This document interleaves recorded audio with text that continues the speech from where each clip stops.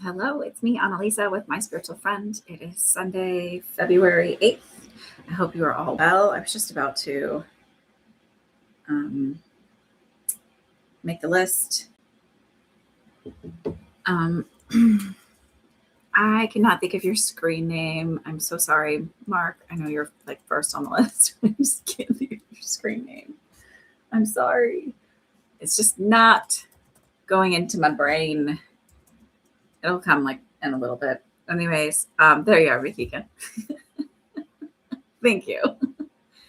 I was like, I can't. It's something. I don't know why. There's an animal. Well, we used to have, but anyways.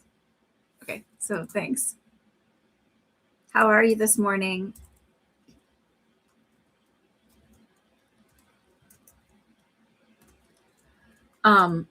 So I've been thinking about how I think it a lot, actually. My brain just does that. It's like nonstop. Okay, so when we look at all of that, I'm just trying to get used to, hang on. Let's see, is that better? That's better. Not for my hair, just so my head's not cut off.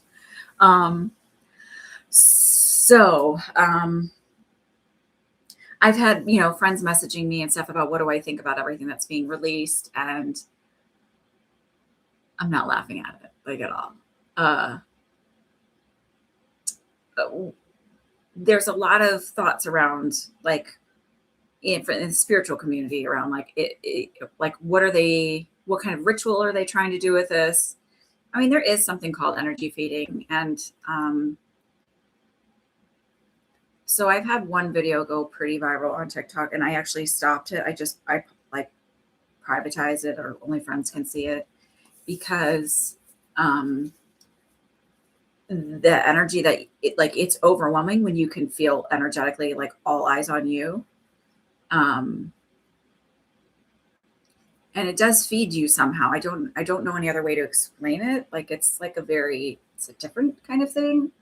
And I wasn't like, oh my God, what are people thinking? It was just like, oh, stop looking. Like, this is enough. Like, can we move on to some other stuff? I was like, it was so hyper focused, and it was not like I wouldn't call it a negative post. It was just about, there's this couple that used to be on TikTok that was like known for both doing tall content. And I said, they won't last. He's the problem, not her. Like, he's a complete narcissist. It was like so obvious. And he actually, I don't think he thought he was being sneaky, but like, hello, what do I do? Because he like made a second account, and it was obviously a new account, and tried to like attack me for calling me horse face. And I was like, well, have you seen some of the farriers? I'll be a horse face. That's fine. But anyway, I like didn't care. I thought it was like kind of humorous. And some other publicists actually were in the comments making comments about things like, I'm not, like, it's easy to go and look at your content and see who you are. So there's like this idea of like, when you have all eyes on something, it's feeding energy somehow and doing something for them. They don't release this stuff unless there's some gain for it. I mean, so then there's the other parts of it where I look at, TikTok scares you. You feel like it's too much. I stay away. Oh, well, I don't know. I learned a lot of really great stuff on there, and it's interesting. I mean, anyway, like, and stuff that I'll never use. Like, I'm never going to birth cows or horses, but I find it fascinating.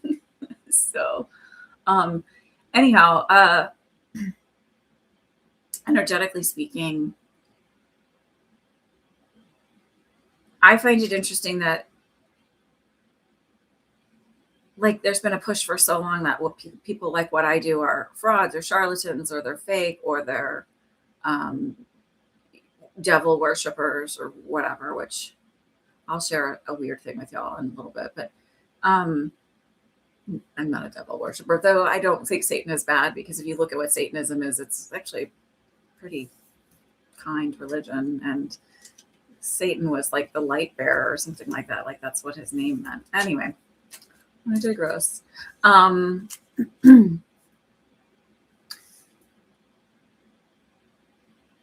I've been thinking about like how they say that. And then I'm like, well, you're eating babies for Christ's sake. Like what? You are just, I mean, beyond all other kinds of sick, disgusting things. And I'm trying not to give too much energy to it and not to be like, whatever, but I know that energy feeds them somehow. I don't think they're actually worshiping Baal or Moloch or Satan or any of those things. I think they're worshiping and feeding an egregore. And I still think it goes along with our beliefs create our reality. And so if they believe it has power, then it has power and they gain power from it. So there's something else going on that they're so willing to give credence to it and release information. I'm not sure what it is, but there's something else going on. Anyways, I think I'm going to start sharing stories about all the weird shit that I've experienced, because no weirder than eating babies for sure. And the reason, like, an egregore is like the energy that surrounds something. It's not really the thing itself. And so it can be negative or positive. I don't know. So I've experienced a lot of interesting stuff. And I don't know if it was Baal or Moloch that came to me, because it just looked like a bull being, human bull thing, huge, massive energy, but very intoxicating and like not scared of it at all. So this female energy came to me first, but she was in like a cloak of sorts. I couldn't see her face. I knew she had long black hair, and yes. Oh, okay. I'll hurry. I was just sharing this. Oh, never mind. I'll stop sharing, Regine. I'll just go to this. Okay. You'll be back in 30 minutes. Oh, okay. Gotcha. All right. Okay. So, what I was saying was like, so she came to me first, and then I walked into this is my bedroom, and I walked into my bathroom, and this being was there. And no, I don't ask names. I've never been known to ask for names from spirits or my guides or anything else. I don't know why. I don't know. I know people's energy. I know when people are in a room, like I know people's energy so well that like somebody actually came up to me and was like, oh, I saw you, but you didn't see me. And I responded as if I did. I knew exactly what night they were talking about. I knew exactly what I was doing. And I like realized my muggle mask slipped at that point, because I was like, fuck. Because I know when people are there, but I don't necessarily see them. And I didn't take the time to look around for this person, even though I knew that they were there, because also I have to be a muggle and I don't want to stop mid-conversation and just start searching to validate. So when I walked out of there, I heard it again that they in fact were there. I walked out of the building. So I was like, okay, well, like, give me some confirmation if they were. Like, let me know. And then this person ended up saying something to me. But like, I'm just okay with energy, like whatever. Anyway, so I didn't catch their name. So I don't know if it's Baal or Moloch. And honestly, the pictures and drawings don't look anything like this being. I mean, not like, they're just very cartoonish compared to what he presents himself as. And he's very masculine and very gentle. There was like nothing scary about him. But I also knew that there was this energy or like around him, but not really, like that kind of like, it wasn't his. And so he was kind of like, he came to me a second time because I really liked his energy. I was like, hey, come back and visit. And the second time he came to me, he wanted to know, and he spoke telepathically, and it was like, kind of like, do you want to work with me? And I said, I actually would love to. However, the energies that surround you, like whatever that is not good for my kids. Like because whenever he showed up, they started experiencing like seeing dark entities or getting really scared or not feeling comfortable. And I think that's the egregore that feeds him. That's my thought. So the egregore is more of a thought energy that's created from people putting energy towards something rather than that being itself being that. So I don't know. Those are kinds of things that I've experienced in my life. So when people are like, so I have something weird to share with you, I'm like, nothing's weird. Let's go. Bring it on. Tell me all the things. I know that the government works with aliens. I know that they do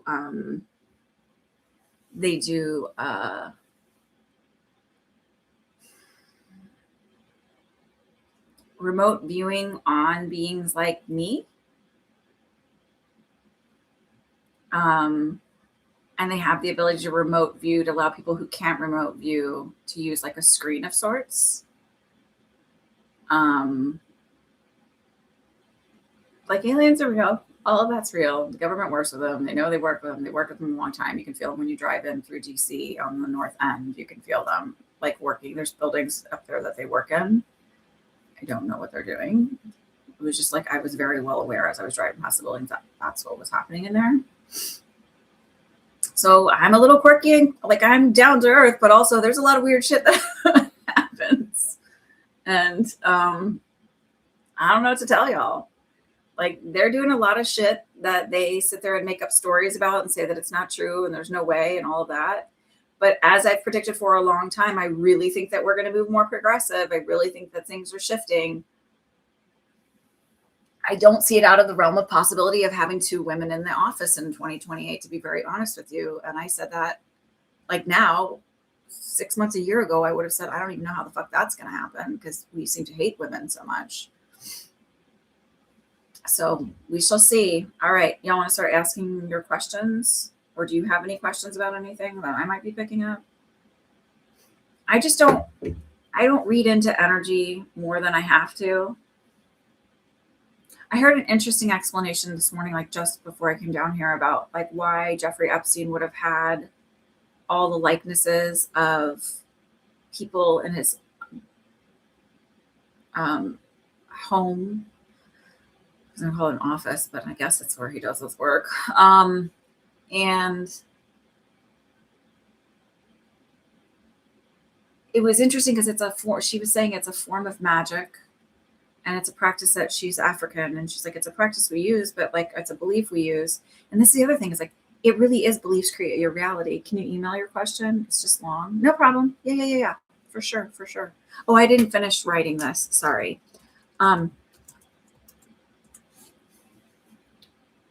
Where like they can imbue the intention of what they want you to do into the object. And as long as they have the object within their possession, then that energy doesn't come back to them, which I thought was interesting.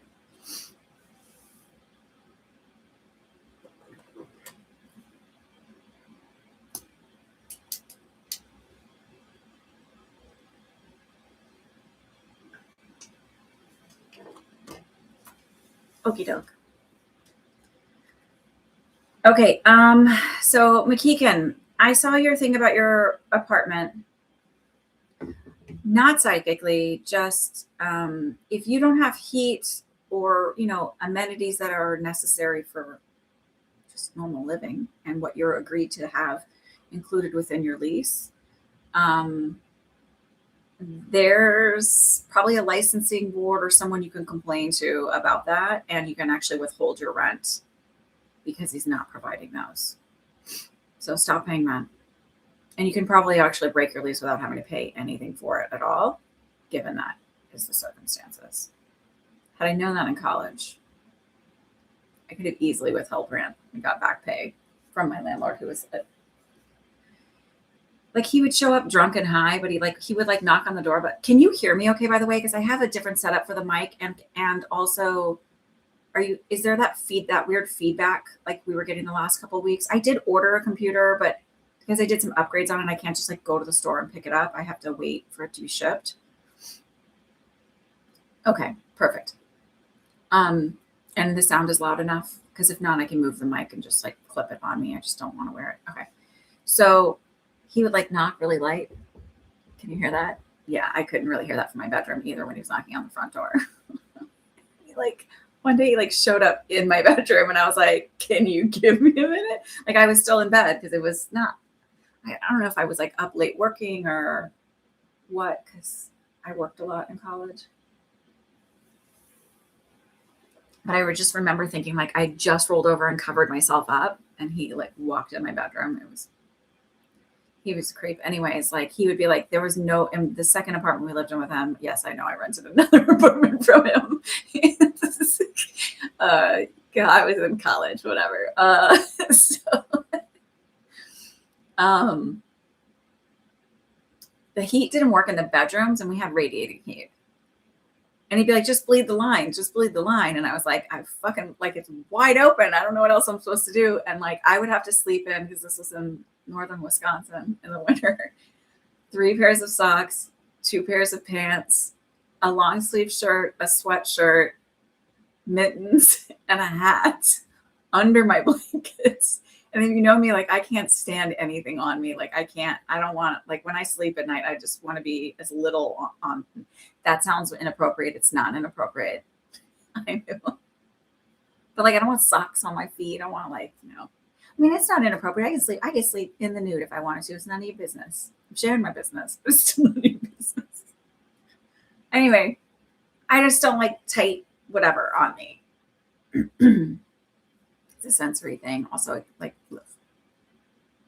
okay, so what do you want to know about your apartment?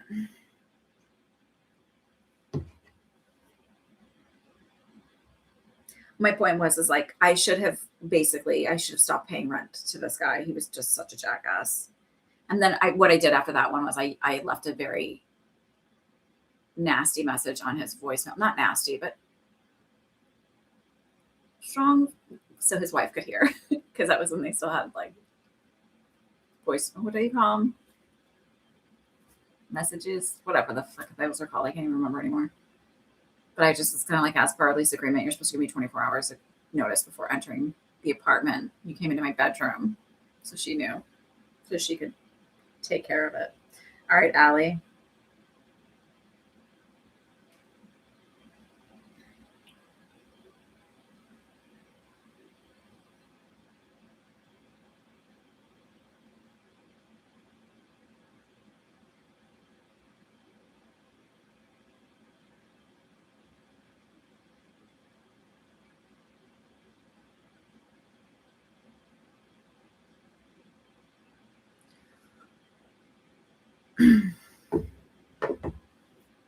You want a lot of fun. Okay, he dropped it on us that he is selling the property too. And okay, so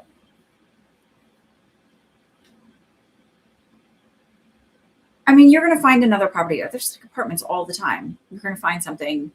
I was reading how you think you're going to, how you want to manifest it, and I might write it differently. I might write it a little bit more empowered and a little bit more specific. So you're like, let me go back to your email so I can.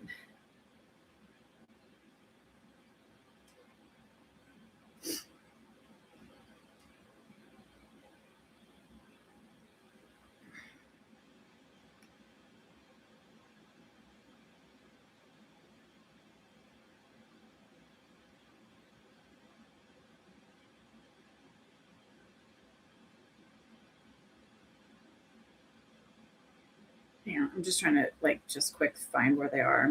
Oh, okay. So you said, I'm excited to move home. So I wouldn't say it that way, because I immediately thought, oh, that might mean like move home with your brother, or move home to like what, like, and we like to be very specific with the universe. I've been thinking about that a lot lately in the things that I'm manifesting, where I'm just like, anytime I've asked specifically for things, I get it. So like, why would I say something random like, I am abundant? Like, abundant what? How much do you want to make? How much do you want in your account? How much do you want? How many clients do you want? Like, whatever it is, be really specific. So then also that way, when it's manifesting, it's coming to life, you're like, oh yeah, I fucking did that. It empowers you more. So what kind of apartment do you want? Where do you want it to be located? That's what I would say, instead of leaving it so like this airy fairy, like flippity floppity energy out there, like, so that I'll just take whatever crumbs the universe will give me as long as I can. Like, fuck that. Empower yourself, right?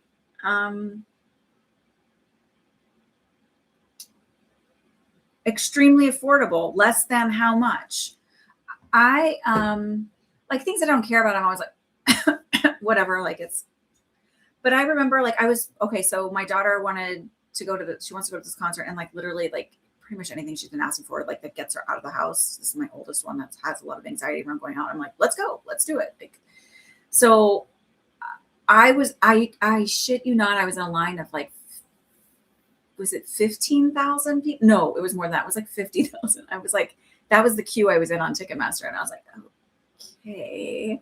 And I was like, fuck it, whatever. I get whatever I want. I'm getting these tickets. It doesn't matter how bleak it looks. Like, I'm getting tickets. I'm getting 2 tickets together. They're affordable. Less than like, I think I was like less than $200 or $300. Like I was like I didn't care if it was per one. I was like, I just, like I want. And, but the total was less than that. So I was like, okay. And it's like, they're not terrible seats. They're okay. They're about where we were sitting last time for, the other concert, and it was fine. They weren't terrible. They were upper tier, whatever, but they weren't like the nosebleeds. But I was like, I don't care. This is what I want. And I'm getting them together. And it was like, at like towards the end, it was like, it like finally moved quicker, whatever. But my point is like, be really specific and get what you want. I want a spacious, safe, affordable. What's affordable? What's your top, like what's affordable to you? Be specific. Powerful place. What does powerful mean? Powerful is like, so when you guys ask me questions and you're like, you say something, I'm like, well, that's, what does that mean to you? Because when I ask a question and I'm asking the universe, like I'm asking all the powers that be, and I'm reading for you and I'm asking questions, if you ask it a specific way, I ask for clarity and specificity because it matters. You can't be ambiguous. Affordable is less than, right? It's less than $1,500 with utilities. Are utilities included? Like, are you renting? You don't need to have a realtor. So there's no, whatever that fee is, right? Right. So be specific is what I'm telling you. And then you're just going to repeat that. This is what I get. I know I know the universe brought me this. It was so amazing. Imagine yourself text messaging me here. Like, oh my God, I got it. It was less than $1,500. It included utilities. The landlord's super fucking cool. They're really nice. Like they make repairs quickly. They take care of everything. It's in great condition. I don't have to worry about anything. It's got great natural sunlight, like whatever it is. And it's like, you can do it as if you're use me. You're telling me that you're bringing this in. And then stop focusing on the ick. So and the other part of that is like, he doesn't find a seller quickly. It's fine. I had plenty of time in order to find this. And the next time he says something to you, you're going to look at him in the eye. You're going to smile and be like, okay. And in your head, you're going to say to him, motherfucker, you're fixing this now. I'm saying that because if you don't give it an emotion, like you don't feed into the fear of it, you're not going to like perpetuate that story.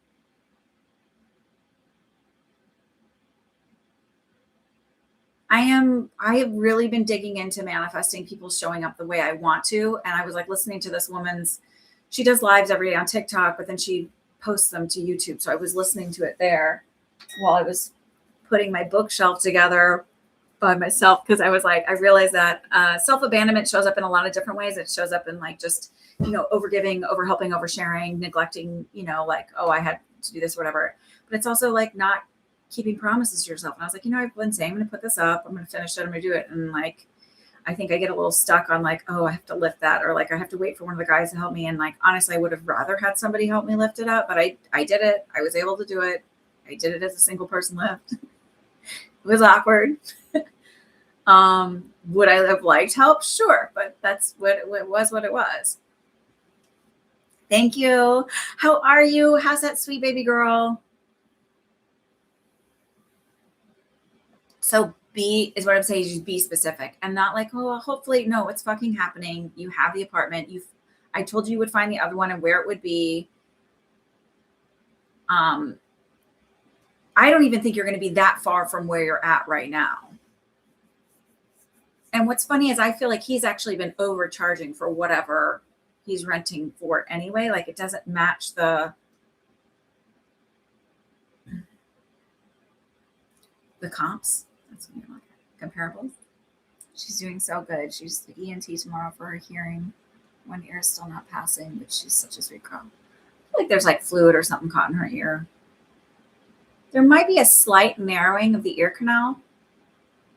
I don't know if they'll call it stenosis or what, but I feel like it stretches out and she'll be okay. I don't know that you'll need intervention. And it stretches out like with growth. So that was a freebie because she's the new baby.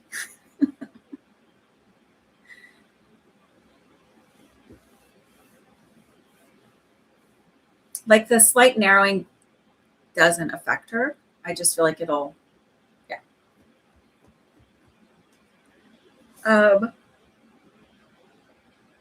Excuse me. Okay, so what is your question then about like, because I'd rather empower you to manifest what you want and show you that you can do that and you're a powerful being. Also, this kind of came to me and I think it's really cool. I don't know if I've shared it with you guys. So, okay, manifesting is your expressive language to the universe. It's how you speak, right? Your intuition or your ears, it's how you receive information from the universe. So when you're putting stuff out there, you need to know how to receive back in order to follow the path to get to that thing, right? This idea that you have to just do something to get it to happen, you're trying to force something and you're not doing what manifestation says. You'll be naturally guided to the things that need to happen to fall into place, the bridges of incidents for you to get that thing you're manifesting.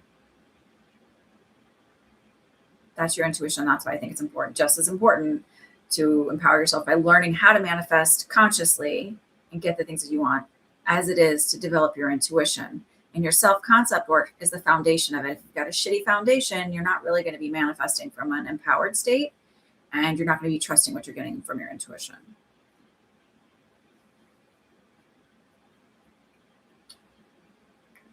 So they all go together. There's a reason. I knew there was a reason I liked all three, and I just couldn't figure out how to get it into a little thing. You're making sure to create from a place of peace. Yep, not chaos. Hi, Ayama. You're showing up. How are you? You know what? I need to fix the way the chat is. I've got it on Chop Chat instead of live chat. So maybe that's why you weren't.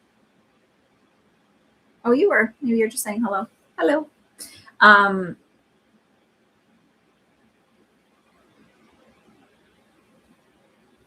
So yeah.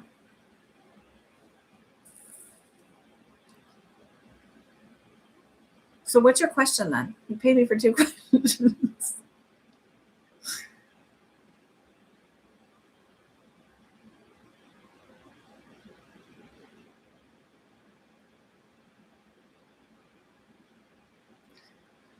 Oh, I know. This is the thing that she said to me. She said yesterday, not to me, but to me, we're buds. No, she said on her thing, I thought was like really like, oh yeah.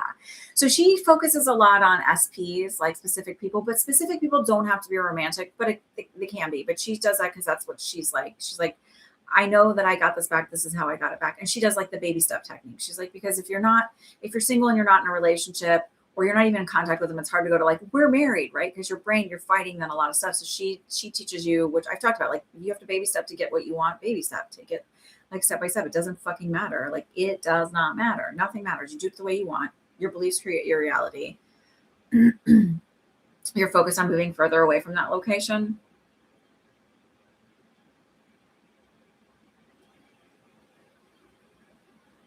Is that for like a work thing or?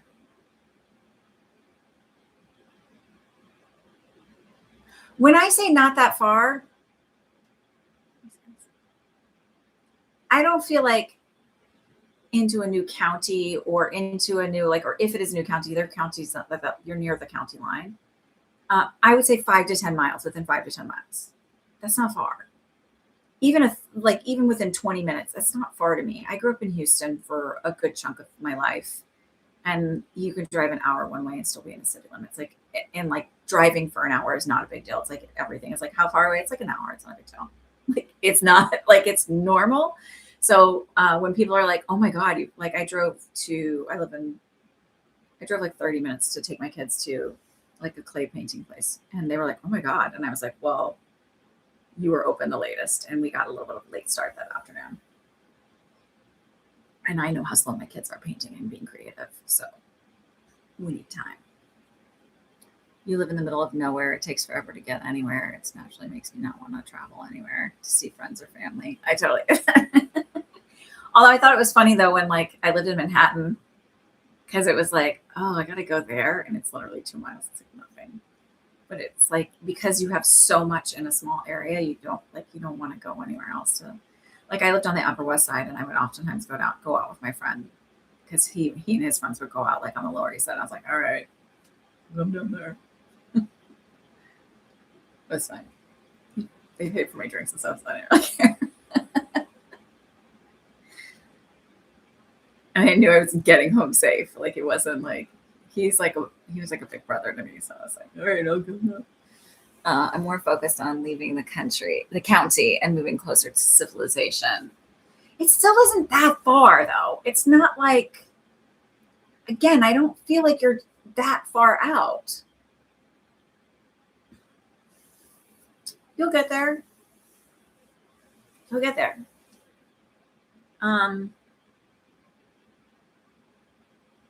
Like, you say you're out in the middle of nowhere. It's funny. I feel like I'm in a rural area, not rural, urban. Forgive my brain today. Because I see, like, not row houses, brownstones.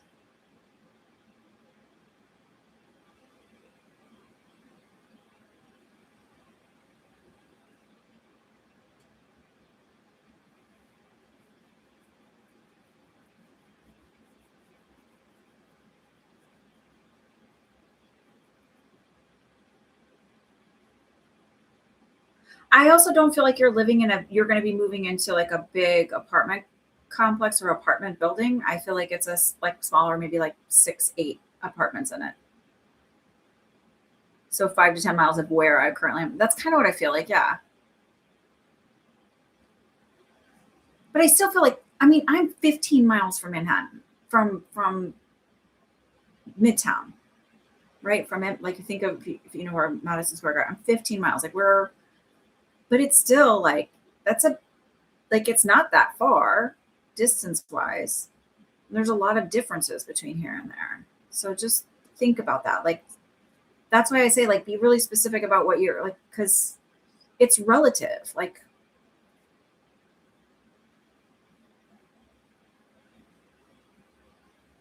or subjective, like, whatever you want to say. Hi, Broken Justice. You live in the mountains, but been here 5 months. You hate it. I'm moving back where I came from tomorrow. Yesterday was me. Happy birthday. Happy birthday.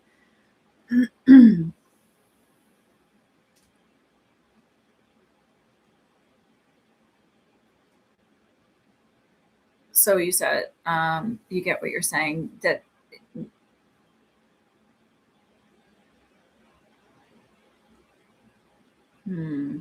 it's so weird. Ayama, sometimes people have a hard time. Can you email it to me, or I can you can even text it to my business number if you want, whatever is easier. I don't know my number off by heart, so I'm going to look it up for you.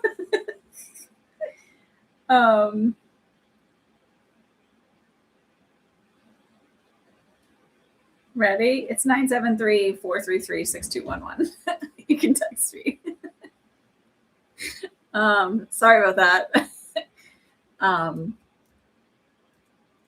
I obviously don't tell people to call it a lot, or, I mean, I prefer texts anyway, because it's just quicker for me to get back to you, especially if there's kids in the room. Like, forget it. My youngest daughter is all like, what are you talking about? Like, what's going on? I was like, I'm literally on the phone. Would you stop? Divorce and going home. Nice. Congratulations. I refuse to say I'm sorry, because I just think I'm not, I think that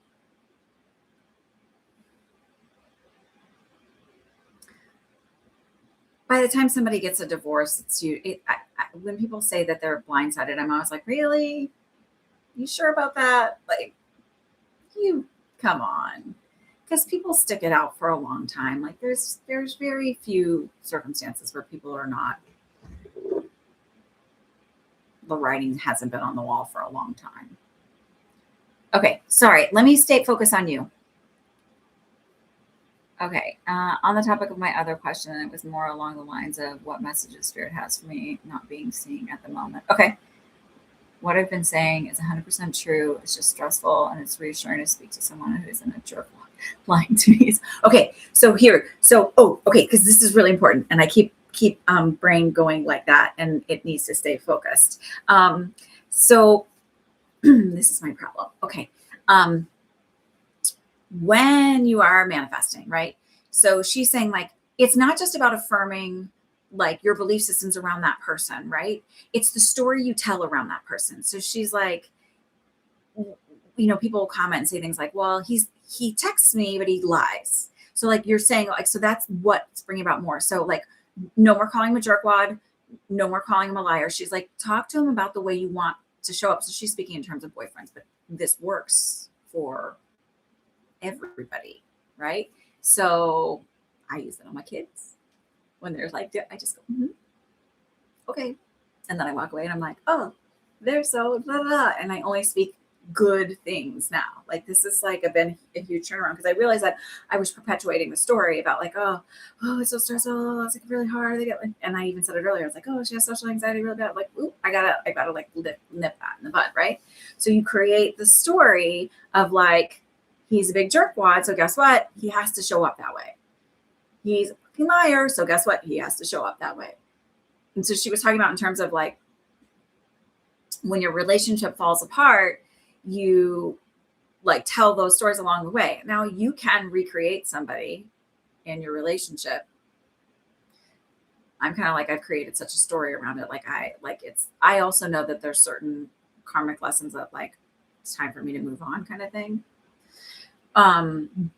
But I'm telling new stories around the areas of like other things, right? So like, this was the best decision. Like this is, so it's like, you know what? He realized that it like, he hasn't been that great. So like, he's actually turning up really nice lately. That landlord is like, God, he's been really honest. He started like trying to make fixes around. He realizes it's been really hard for us. Fucking make it beautiful and watch it start changing. Now, it may not change the first time he shows up and then you just reaffirm it. Yeah, no, that's not really who he is. Really who he is, I know he's this kind of a guy. And it's all working out and he totally understands. It's not delusional.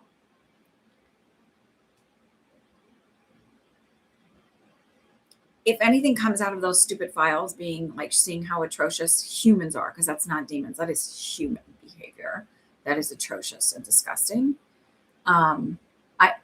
One thing I like about, I keep jumping around. Sorry. I'm going to finish the thought and then I'll go to another one. My brain is like, okay. So one thing that's great that's coming out of it, I think, is that you're seeing that beliefs create reality. If you know enough about spiritual stuff, like beliefs create reality, they're creating all of that shit. Okay. I got your thing. So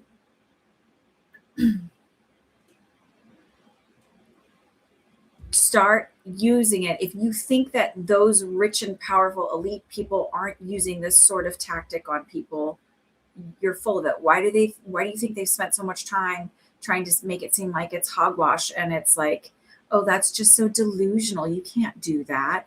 And why do you think they know that they can control you with fear and putting out like constant cycles of fear porn, basically, of trying to enrage you and scare you into submission? Religion did it. What do you think the Catholic Church was created for, right? Roman Catholicism came about when Christianity and the 4th century, who was it? Constantine wanted to move from the Roman Empire to the Roman Catholic Church. It's essentially what happened. And so they take out stuff about reincarnation. They take out stuff about women so they can create patriarchy. Patriarchy destroys men, by the way. It's actually cruel what it does to men too. It's not just about oppressing women. It's cruel what it does to men. You want to move near the shore? Your soul keeps drawing you there. Can you help me drum up some tips? Yep.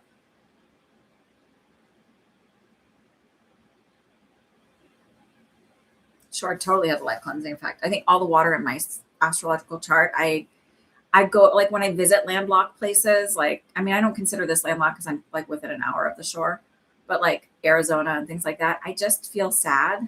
Well, I'm there, like not sad, but just energetically, even though they say there's vortexes there, I just don't feel energetically right. Like it feels like, okay, this was nice, but I definitely don't want to live in a place like that. Like I get it. Big bodies of water. Even when I was in Wisconsin, I always lived near a lot of water, like the Lake Michigan or there's a ton of lakes and rivers and stuff up where I went to college. So Saw Place in Belmar was probably a fake listing, but okay. So you're creating that. Any story you tell around something, you don't know if it's true, make it a good story. And instead of like, if even if you're like, oh, that's a fake, it's like, no, that's a possibility. It's not a fake listing. That's a possibility. Look, the universe is showing me shit like this exists. Like things that I want exists in my price range. It's available. Because you don't know how an apartment's going to come up. You don't have to decide how it's going to come. Maybe some old lady is like, I just need to rent this place out. I don't want to make $1 million. I don't want to be a jerk face. Like, I just want to like have the taxes covered and maybe have a little extra. I don't need to make $1 million. I don't need to be greedy. So stop telling stories around stuff. You just never know. I was looking at this necklace and a couple of the pieces. My friend makes jewelry. She has a jewelry, but she's my friend that's the astrologer has a jewelry business too. And I'm trying not to like, I don't want to spend a lot of like fun money since I'm just trying to get everything in my life settled. It's not that I couldn't afford it, right? But I was like thinking like, and I've never seen her put stuff on sale. And I was like, oh, that'd be really fun. It's like she put it on sale. She put it on sale. And I was like, I bought two. I bought this and another necklace. And you don't have to decide. I didn't put pressure on it. So just relax about finding a place where it's like, it's so amazing that I found a place. How close to the shore you want to be? You sure you want to live in Belmar? Is your option just a little bit north or south of there? Like, just decide. I can go to the beach every day. I can go walk on the beach. Doesn't matter. Like, I live 10-minute drive from the beach, like whatever you want it to be. Also, and I would include this, it's the apartment is built up, so I don't have to worry about flooding. Because I think about that. Like, I think growing up in Texas and hurricanes and stuff, I think about that stuff a lot. Right. So I found a place in Monmouth County. Like, decide exactly where it is that you want to be. I found a place in Monmouth County. It's 10 minutes from the beach. It's right 5 to 10 miles from the shore. I can get there so easily. And it's also affordable, and I don't have to worry about flooding. And affordable meaning like whatever, $1,500. Like, it's spacious, whatever. The landlord is really great. They're really understanding. They're quick to fix things if anything goes wrong, which it usually doesn't because they have like keep it so well. They keep the property up so well. They maintain it so well. I can't think of words today. It's bigger, like whatever your current place is, it's more than like if you're 500 square feet. I'm not saying that you are, but it's like, it's whatever, how many square feet I want. Be specific. Be really specific. And then you need to go back though and like, because if you just focus on that and you don't focus, like you're going to still have this story around this guy and it's going to be like garbage, right? So what's your story around him? How do you want him to show up now? And then you're going to go in, you're going to spend like 4 minutes today and just affirm, like look at a picture of him. If you can find a picture online or whatever, visualize him in your head and just be like, oh my God, you're like, you can even just practice and be like, oh, you're going to call and tell me that you decided to wait to put it for sale. You're going to call and tell me you decided, or you're going to email me and tell me you decided you wait to put it for sale. You're not ready to sell this place. It's not ready yet. Tell them what to do. And don't put too much pressure on it. Like, don't be like, oh, this is so stupid. Like, just fucking tell them what to do. You imagine stuff as a kid all the time. You didn't question it.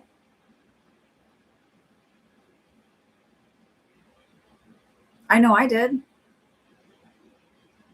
I have manifested things in my life from like childhood and my adulthood and not even realized it. There was a little bunny I saw when I was a little girl. I was like probably like 8 or 9, and it was a lop-eared bunny. And I was like, oh, I love this bunny so much. I'd like to have one day. Never thought about it again. Never thought about getting a bunny. Never crossed my mind. Didn't dream about it. Did nothing. We got a bunny for a pet. And only because I love cats and dogs, but I just didn't want to deal with cat litter because I think cat litter is stinky. Cat poo is gross. I love cats. I just don't like their poop. And I didn't want to train a dog. Like I was like in the thick of it with my kids, and I was like, I don't want to train a dog because I think they deserve to be trained and trained well, like therapy level type training. And I didn't want to walk the dog. And God help me, I'm so happy I don't have a dog to walk right now. It's just so fucking cold out. I'm also fantasizing now about wearing sundresses. That's what I dream about because it's going to warm up. I'm wearing sundresses soon. You're framing the message that he will be honorable to me, fix this hot water and heat, and easily let me break my lace. Now, I want you to be really specific in something you want him to do, to say to you, so that you see that this works.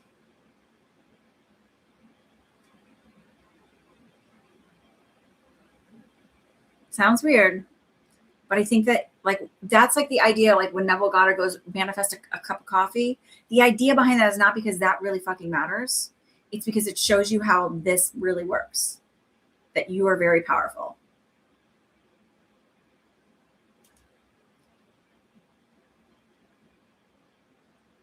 So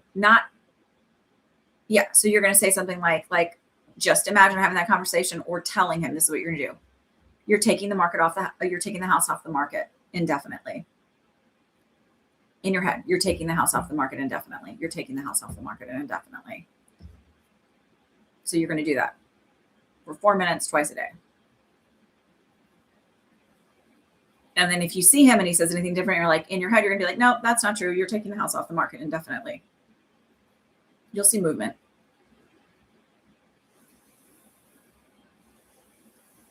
I know, right? I think this is the way I listen to people like that because I'm like, fuck yeah, I'm going to do this. And I just start.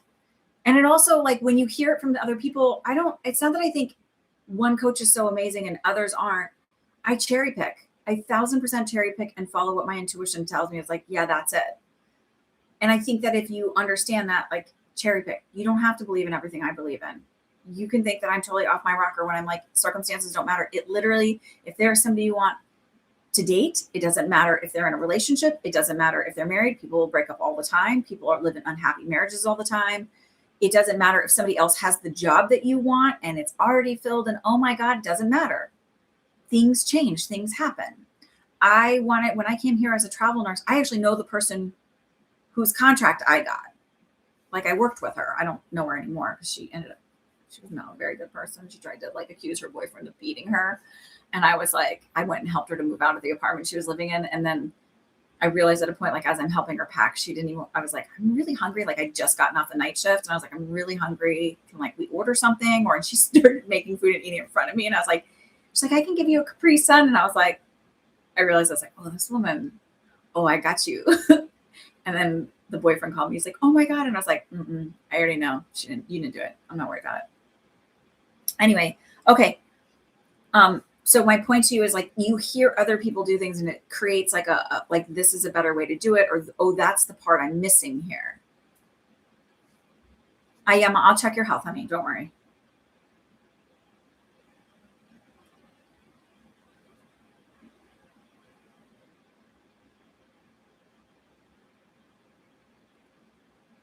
So that's what I think that you need to do, is look at it like, I got it. Yeah, I saw.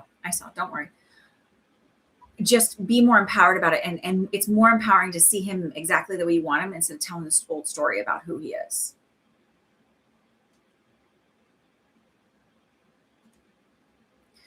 Because there may be an inherent story that you carry that landlords are kind of skeevy, they take advantage of people. That's not always the case.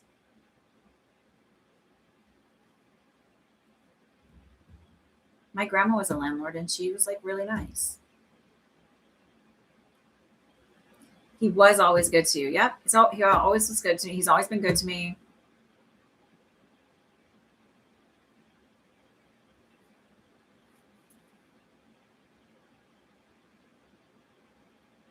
So then you're going to go, well, that's just not in his character. It was really strange. He must have had an off day. The truth is, you realize that that was all that was happening. He was just having an off day. Another thing she said to me, because this is something I do a lot when people like don't respond, I'm like, oh, they're just busy. And then like you need to add in, and they're so excited to get back to me because I'll be like, oh, they're just busy. And it's like, they're just busy indefinitely. And I don't, it's like I mean, I get it because like whatever, but it's also like to stop that perpetual story of like, they don't like me. They don't, whatever. That's all those shitty stories you tell yourself. I wasn't exciting enough. Whatever. I even got to have cute conversations with my daughter and her friend on Friday night about manifesting. Not because I didn't even bring it up. I'm not. It's just they were just talking about like my youngest daughter has been having a lot of more clairvoyance experiences. And I think there's some shift in the energy because I've noticed a lot more activity lately. And then she's been mentioning stuff like she's been seeing spirits at school and kind of all in different places, but specifically at school, and it's an older building. And then the girls brought it up, and I was like, oh, so we talked a lot about what follows I am is really important, and how you speak to yourself is really important. Okay, just one last thing about the shore area, just to get my brain cooking. Okay, do you see anything being highlighted? I actually don't think you're going to be. Do you have a cough right now? Jesus. Or did you just swallow something the wrong way? Or like, I just felt like it was sudden because it's like, so I don't even feel like this is like, did you swallow water the wrong way? Okay. I don't think you're going to be as far as you think you are. And I even think it might be a situation where you're like, this is going to sound interesting. Look at like, I don't know if you call it house sitting or property management or something like that, where it might be like a double benefit to you, where you have the housing, but you're also getting some kind of pay out of it. Like there's something where it's a double benefit, because I don't think you're that far from the shore.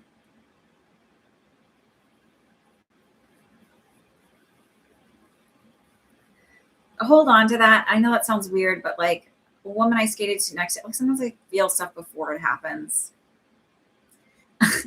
Sorry.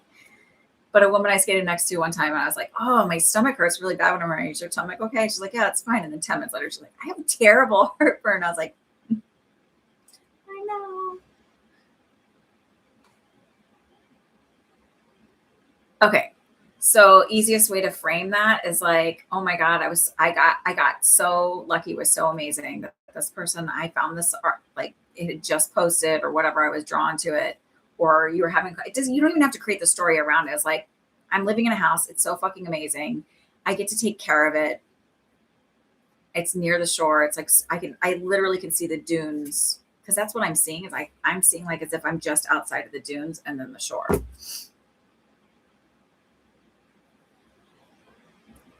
I like that, that you're all giddy. That's what it should do. That's what it should feel like. It should feel childlike and wonderment and exciting. And that's when you take it and you go with it. It shouldn't feel like drudgery to create the life that you want. I think that's why you have to have community in order to like see that, right? So that way, I mean, I think that that's the part they get some stuff right in religion and then they just fuck it all up with trying to control things. Right? The importance of religion is really community and strong sense of belief system, right? So if you have people that celebrate each other and want to build each other up and understand that there is no limitation and there is no, like, not everybody wants to live near the shore. Not everybody wants to live in the mountains, but some people really do. Right? Everybody has a different draw and a different place they want to be, and there's no reason to not uplift everybody and celebrate everybody and like get you there. It's only working as a free agent. It is. Join my community. We talk about this stuff. I just think it's important for that reason. The reason why the reason why I like spiritualism is not because there's no sacred text. There's no, there's nothing dogmatic about it. It's literally like your beliefs create your reality. You can connect with the other side. You can speak with spirits. You're responsible for everything that you do in life, everything that you put out there, good and bad. Meaning there's no outside force acting upon you. There's no devil. There's no Satan. Nobody's coming in and putting curses on you. Like, you're fucking doing the work. So move through the world with that knowledge.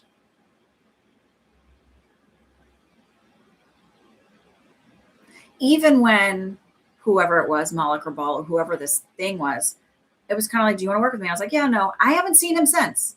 I like his energy, truly. But also I was kind of like, hey, whatever that shit is around you, it fucks with my kids and I'm not okay with that. So like, I can't, I have to say no. If that wasn't the case, I'd be happy to. Because I don't think demons are what demons have been made to be. I think there's a lot of mind fuckery that happens in humanity in order to control other people. Right? So if it's too old to figure out, it's been going on for thousands of years, it's just so convoluted. No, it's not. The shit that's happening in Palestine, like that is not that convoluted. It's literally like they had people caged essentially. There was, a border around them with checkpoints. They controlled what went in and went out. They aren't the bad guys. 100%. It's not that complicated. But if you tell somebody something's too complicated for regular people to figure out, they're not going to look into it. It's too scary. You shouldn't do that. Oh, okay, I won't do that. I don't think demons are what they're really portrayed to be. I think what people are dealing with, that kind of energy, it's more egregores than anything. And egregores is the thought energy that you put into something, but it's not the thing that it actually is, right? And I'm very grateful that you still show up.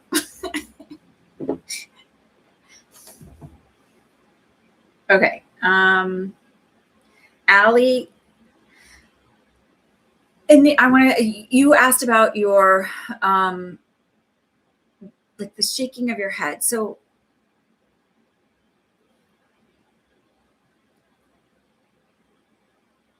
not because I necessarily think this is, but because I think it would be incredibly negligent of me not to just raise this as a question, is at any point has your doctor asked you to seek out a neurologist visit? I don't necessarily feel that's what it is, but I also feel like I said, it would just be so negligent of me not to mention that.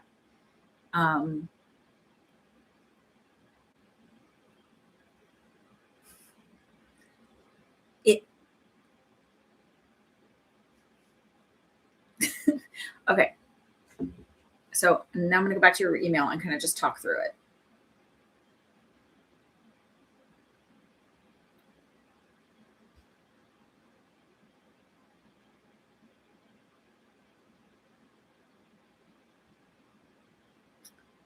Okay. I've been dealing with a health issue. I can't figure it out. I keep getting these random tremors on my head. Do you mean like on your scalp? Like it's like a spasm? Or like, is it on your nose, or like where specifically? Your head is a whole. I like specifics. My kids get annoyed with me. I'm like, where specifically does your stomach hurt? It'll tell me a lot more.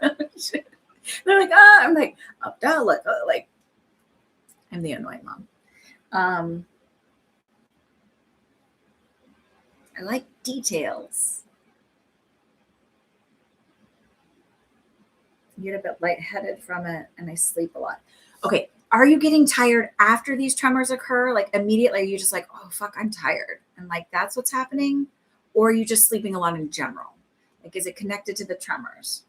These are not my intuition. This is like what I think medically speaking, like when you're doing an H&P, what I would look at. Yes. What does yes mean? Like a warm rushing feeling towards my head. Okay. And yes, for what?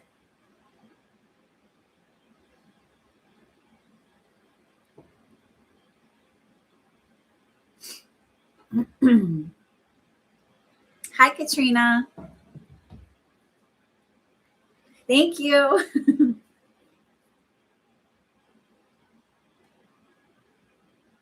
Okay, wait, no. This is what I'm asking you. Ready? And this is how I want you to answer it if it is. So, are you getting tired right after the tremors? Yes, I'm getting tired right after the tremors. No, I don't get tired after the tremors. I'm tired all the time.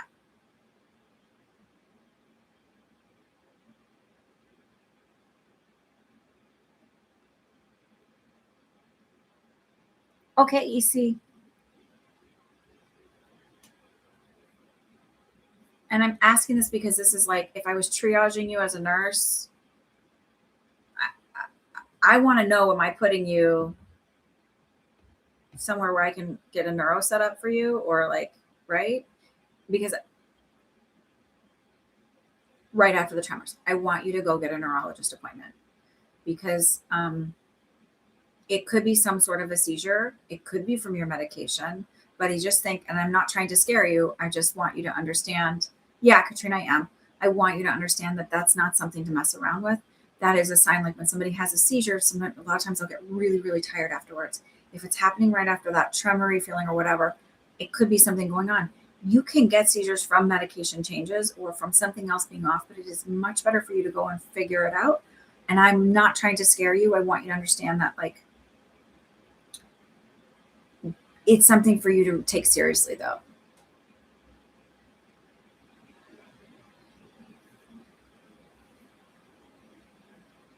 Okay. Like, that's a big red flag to me that something else is going on. That's not my psychic stuff. That's my nursing background. So I would, if you have to get a referral, contact your, um, and also, contact your GP and ask your GP for a referral if you need one. If not, just, I mean, they might have a neurologist that might be good. Get yourself through your insurance and neurologist, right? The other thing I would recommend doing is, this is going to sound weird, but start keeping a journal about activities. Okay, when did the tremors occur? What am I doing around the time when the tremors occur? What happens when they occur? Do my eyes go off? Do I get a little blank stare? Does anything else happen? Or is it just this warm feeling or whatever? And then I feel really, really tired afterwards. What have I been eating? When in relation is it to when I take my medication? Because it'll give you a better story to map out for the doctor. And also, I know that when I do this, I always get tremors. Maybe, I mean, it may not even be a bad idea to just go to the emergency room and just say, hey, like, I noticed I get these. Someone mentioned to me that sometimes after you get seizures, you get really, really tired. I really just, like, it's making me a little nervous. They may not want to do anything because you haven't had one, but like, if you have one, then like, go. I don't really, I'm just saying, they can't really turn you away. They sort of have to work you up, but they'll still probably recommend a neurologist for you anyway. That's what I would do, honestly. Like, everything in me is telling you, like, the minute when I saw the tremors, I was like, you can have, some people are ultra sensitive and can have different symptoms from different brands of, generic versus name brand. My tremors are sort of between lowered my thyroid medication and taking SSRIs. Right. So I still want you, just with the tiredness connected to immediately after the tremors, I still think that you need to get worked up to make sure that one of those medications isn't creating an issue. And a neurologist would know this combination is shitty. GPs are great, but like, remember when I hyper focus on something, I learn a whole lot of information.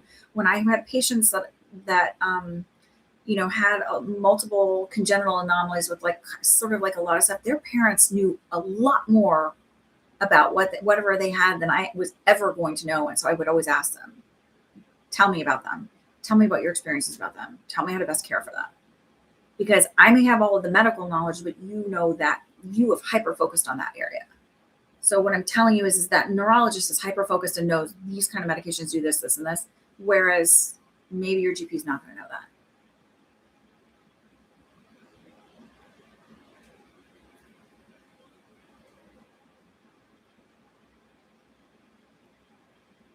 And it may just be a matter of like, that combination, not so good. You could even ask the pharmacist who prescribed it. Sometimes they overlook stuff, but it's like, Do you ever notice, have you ever heard of this? Can you look this up for me? Pharmacists have a wealth of information for like that's all they study is medication, how medications interact, how they work with your body, all of that stuff. Like that's their hyper focus. Use your resources, right? Ask them if it, like whatever you're taking. I just saw something the other day about a doctor talking about different interactions with different medications and how like,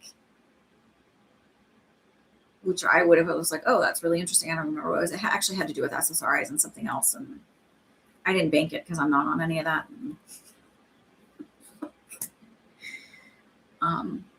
It was about absorption and interaction rates and how like they counteract another process in your body, something like that.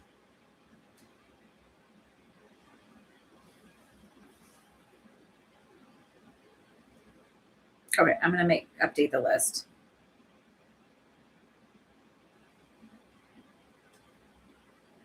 Because there's a few more of you on here. So I don't know if that's really psychic or not, but like that was like my immediate was like radar went to that one. That's really important. So then you're gonna you can get a consult through the phone, but you may not. You're like my insurance. I don't have to. It's like I need to change the story around. My insurance is great. They always prove everything so easily. But you may not even need a referral for a consult. You may just be able to go. The other thing is you can bypass the referral and just go to urgent care. Just like, you know what? I'm just really nervous about this. This is what happens because they'll give you a referral. And urgent care is cheaper than ER. They may make you go to ER. But just saying, there's ways to work the system. The system works you. There's ways to work the system. Also, the medical system is going to be getting a big overhaul because you're going to see. So I sent a voice note to my friend on Thursday. We do a lot of like kind of different times because she's in South Africa. But I sent a voice note to her where I was like, the reason why they're piecemealing out everything, the reason why it's like, you're going to see how far the depth is of like all of this information coming out, that it's literally like economies crashing, how much of our system just in general and how many areas of our system are like they all have their little fingers in, and how money is just laundered through all of it, and how control is done through all of it. Because like, and then 2 days later it came out like, oh, Life Touch is connected with the Epstein. Life Touch, the school pictures. I think the medical system is tied to it. I think the healthcare industry in whole is tied to it and tied to a lot of that stuff. I think a lot of that would come out. A lot.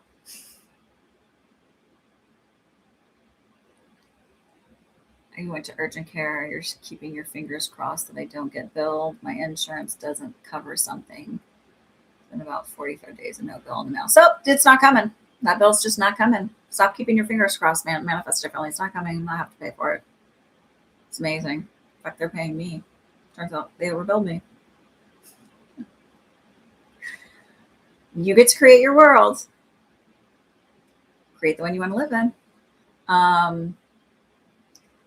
Yeah, I would just, and I know that's like, you're like, oh, on one hand, do this, but I always think like I took my daughter to urgent care yesterday because when she was, her and her friend and my other two of my girls and her friend were outside playing. Like it was late at night on Friday night in the backyard in the snow, like going down the slide and stuff. And I guess there was ice at the bottom of the slide and my daughter hit it and she bruised her tailbone, but I was alternating ice and heat, giving her ibuprofen. I even gave her arnica to put on her little on her coccyx, and she's like, it's like nothing. I'm so uncomfortable. It's hard to sit. And I knew it was a contusion, but I was like, well, we'll just go, because also because I was a nurse, I tend to wait things out more than I should. So I'm trying not to do that with my kids.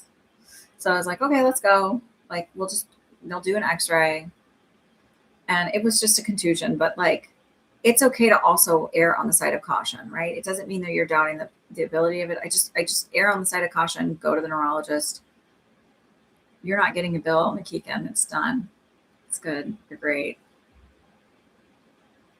You can be magical and a little bit of grounded too. All right. So that was, Regine, are you back? If not, let's move on to Ayama. You wanted me to look at your heart?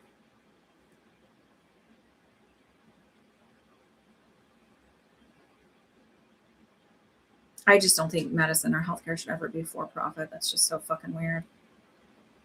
I mean, if that doesn't like set you on a tailspin of like, you benefit from somebody's illness or death, you know, if somebody doesn't get better, you actually make more money. Just looking for my list. I'll just put it here. I'll type it.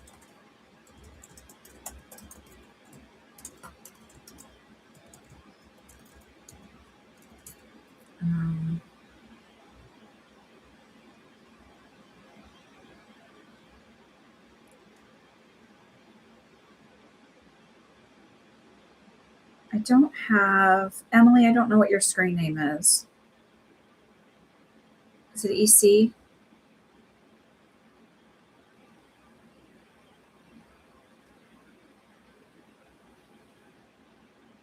Look at your heart. Okay, I'm going to do that. I think Emily is EC.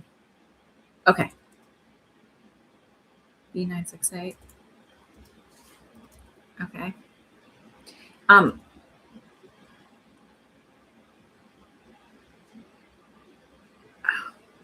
The question about proofreading. Okay.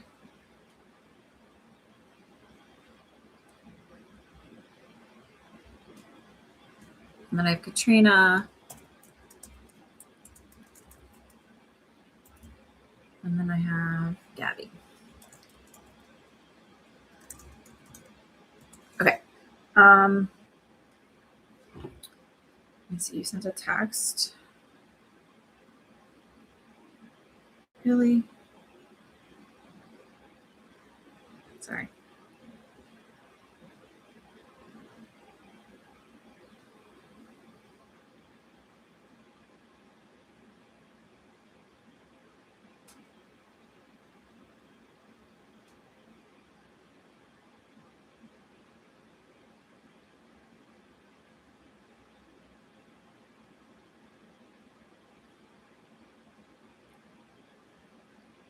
Okay. Would proofreading be a good job for me? Not much happening with the tarot readings and need more steady income. Great to see you. Oh, thank you. Okay. I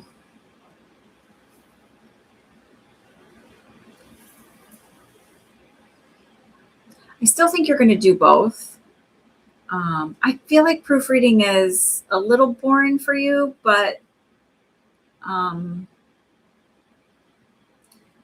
you'll find like an area where it feels less boring. But I feel like initially it feels a little boring for you. I mean, but it's easy money.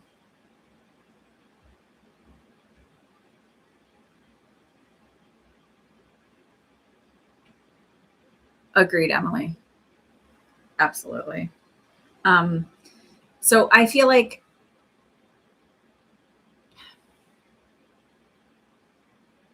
it's not like a dopamine hit job for you, but it'll bring the money in.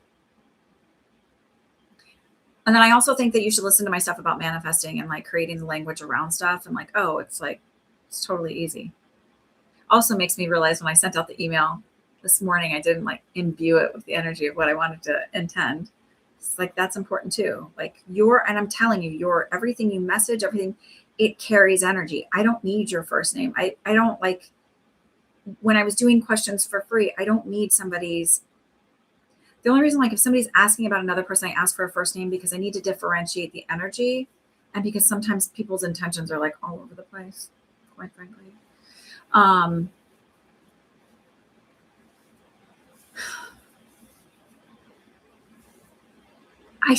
mean, right.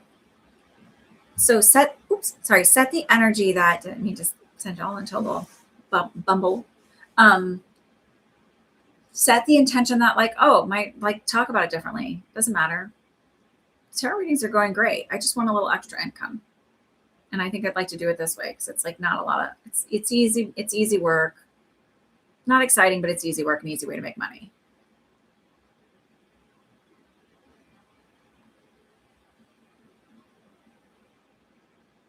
But it'll work. I feel like the first like 3 months kind of sucks, and then you end up getting like a better niche of things to edit, so it feels a little bit less drudgery.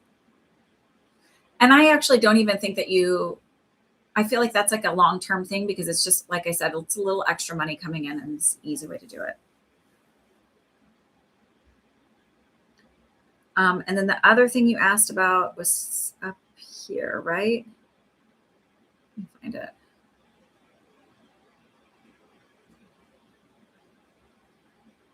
Yeah, what was the other thing? You want me to look at your heart. Okay.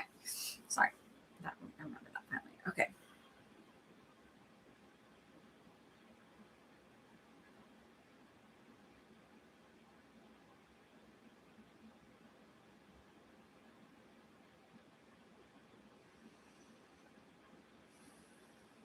I'm feeling more. Sorry.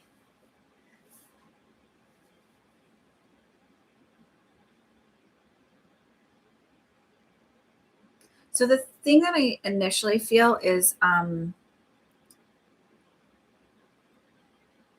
tightness in my stomach, almost like, but it doesn't feel like it's necessarily my stomach. So I don't know if you're getting enough like ejection of enzymes when you eat from if your pancreas creates those enzymes.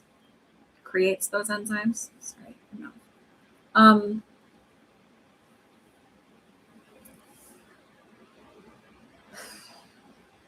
so there may be like some stomach pain or not great digestive stuff going on. Um,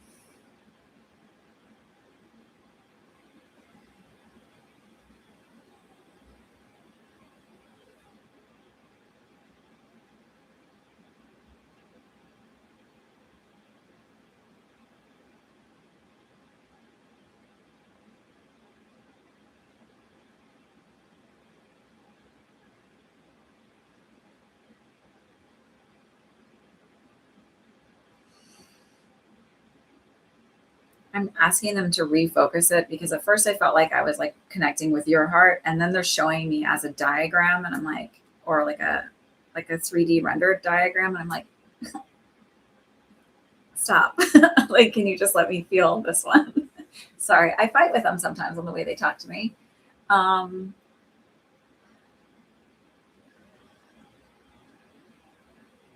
I feel like there's a couple things going on with your heart. Um,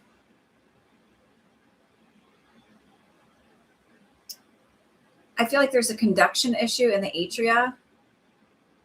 So meaning by both of them, I feel like there's just a conduction issue. I feel like it's not like the signal's not going through. So maybe you're getting like a fluttery feeling or a skip beat here and there. Um, that may be more in alignment with having like a magnesium deficiency. Um, so I would ask them like if you haven't had your magnesium level drawn, might be worth inquiring about. Um, I do feel like you have some like coronary artery blockage type stuff, but I don't know that it's like enough for intervention other than diet, exercise, lifestyle type stuff at this point. Maybe further down the road, they might do like a stent or, yeah. But it doesn't feel like, sorry, let me finish one before starting the next. It doesn't feel like I'm cracking the chest a lot. It feels like through a femoral artery or even a brachial artery. I feel like it'll be femoral though, in order to do that. Um,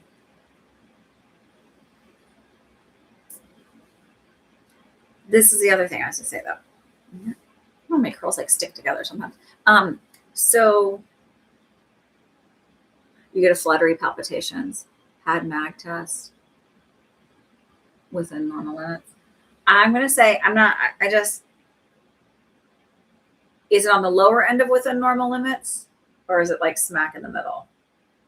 I often think, and this is just me, that their ranges are off. That we start to be symptomatic before we're abnormal in the labs. I'm not saying to take magnesium. I'm just saying that's what I think happens. So in like 5 years, I feel like there's gonna be, especially over the next 5 years, we're gonna have a big burst of medical technology advances and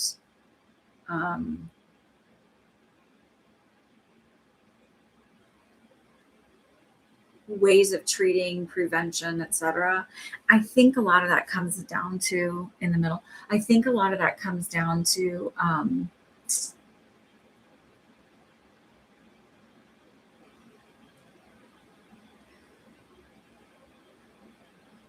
if we move to like a single payer healthcare system, or if we move to a socialized medicine, which I believe we were moving in that direction, all of a sudden it doesn't benefit anybody to keep people sick.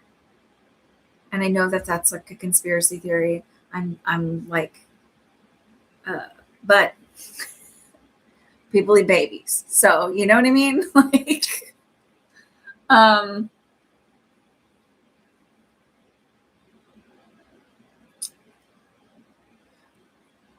if we know people are sick enough to do that kind of shit, why would they not be willing to fuck with other people's health and well-being in order to make money off of it? We know that insurance industries do it by having a high rejection rate so that you just exhaust out and get tired and just don't and give up on trying to get your coverage that you're entitled to.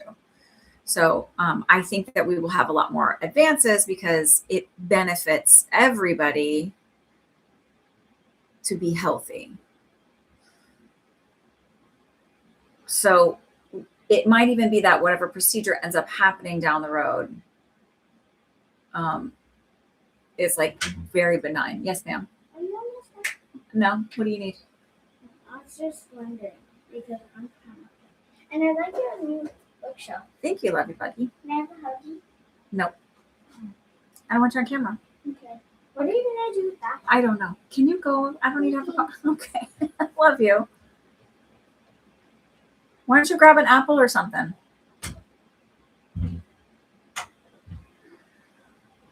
Okay. Can I ask what other, does that make sense to have the little bit of blockage?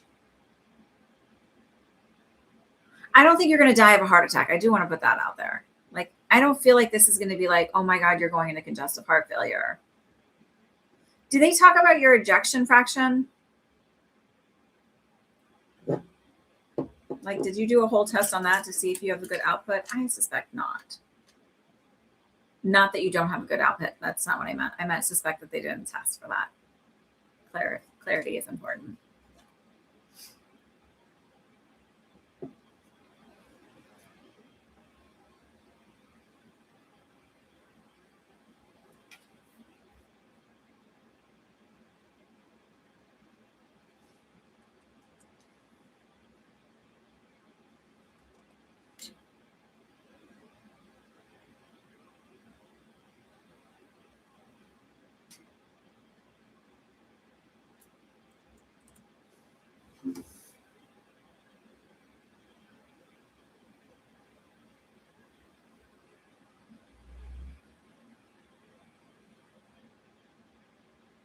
Total sense. I'm supposed to have hip surgery. Not yet. Okay. Okay.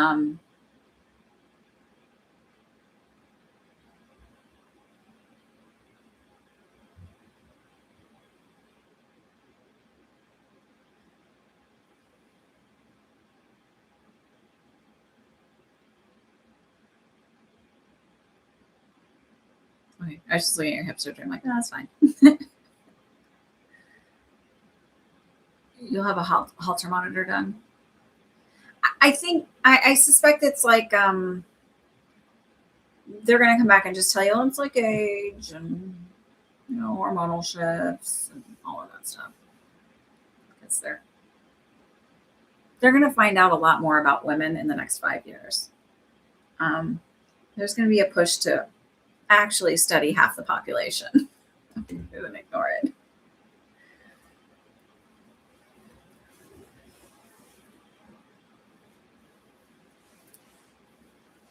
Okay.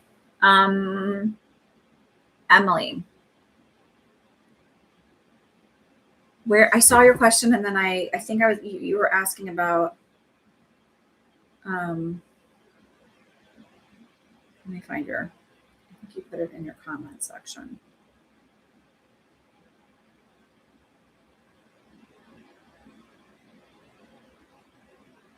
Here we go. Internal anxiety about my relationship. I wondered if you could help me. Some insight. Okay. Tell me what your partner's name is. Do you mind? I think the Halter monitor, by the way, will just show these skipped beats. I don't think, by the way, I don't think they're going to do anything about it. Like, I don't think they're going to be like, well, we need an ablation or we need, like, I don't think they're going to do anything about that. Chan. Okay. So you sure hope. So regarding women, I'll mention what you've said to Doc. You're welcome. Again, I don't think, okay, so here's the other thing I want to say this. I don't think they're going to do anything about this now because I don't think it's going to show up symptomatically or being an issue now. Like my friend's mom, I was like, hey, I think your mom has congestive heart failure. And she's like, no, she's fine. She has a cardiologist, blah, blah. 8 months later, she's like, oh, she has congestive heart failure. Sometimes I see it like ahead of time. I had a client who I mentioned about breast cancer and it was like 5 years later. So I'm just saying like, and all I mentioned to her was like, you got to heal the heart chakra area and your self-concept because that can show up physically later. So I'm not saying you have like you're going to die. I don't see death and dying from this at all. I see you living many, many years, but it may not be something that shows up for a little bit. It's something that's like, it's energetically there, so to speak. Yeah, there's totally going to be medical advances over the next few years for sure. Okay.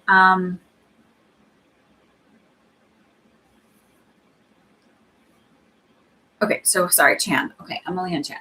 I'm going to say this first, Emily. I'm going to end up talking to you about manifesting and like self-concept work. He's not cheating. He's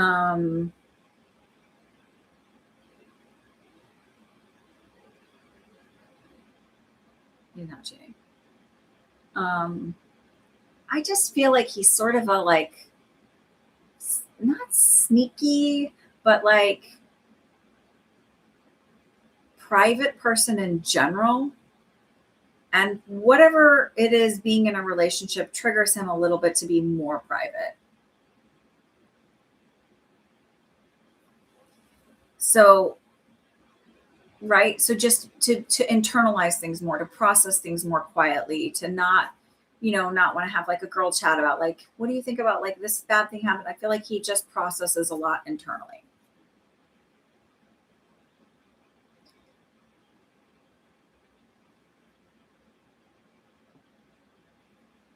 And I think that makes your need for reassurance. There's something going on where I feel like he's internal about it and he's quiet. You tell me, why are you having anxiety around your relationship? Because I don't feel like he's cheating. I don't feel like he's doing anything wrong. I just feel like he's quiet. And he keeps certain things that he's dealing with and processing. He may externally process that you think it is like chatting outside of you, but I feel like he's already figured it out before he's going to talk to you about it. He's already made his mind up about it before he's going to talk to you about it. The only processing I think is external is like,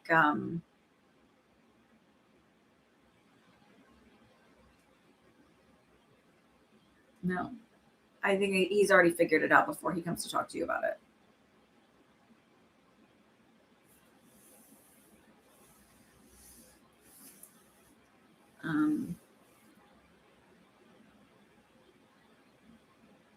Trying to decide whether this is the right relationship for me, I guess. I struggle with rumination and it's getting in the way of figuring things out. Okay. I'm going to just tell you this from a manifesting standpoint and from like watching thousands of clients over. It does not matter.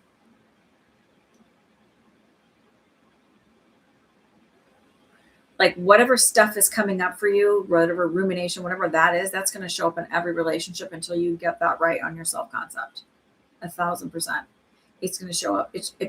If you really broke it down, it probably shows up in working relationships. It probably shows up in friendships. It probably shows up all over. So if there's something you want, because I believe in this, that you can manifest, if there's something you're not getting out of your relationship that you want, what is that? I will help you manifest that. I will help you reframe it to manifest and get what you want. Because I think that I could tell you like, well, I don't see things ending with you two. I have to say,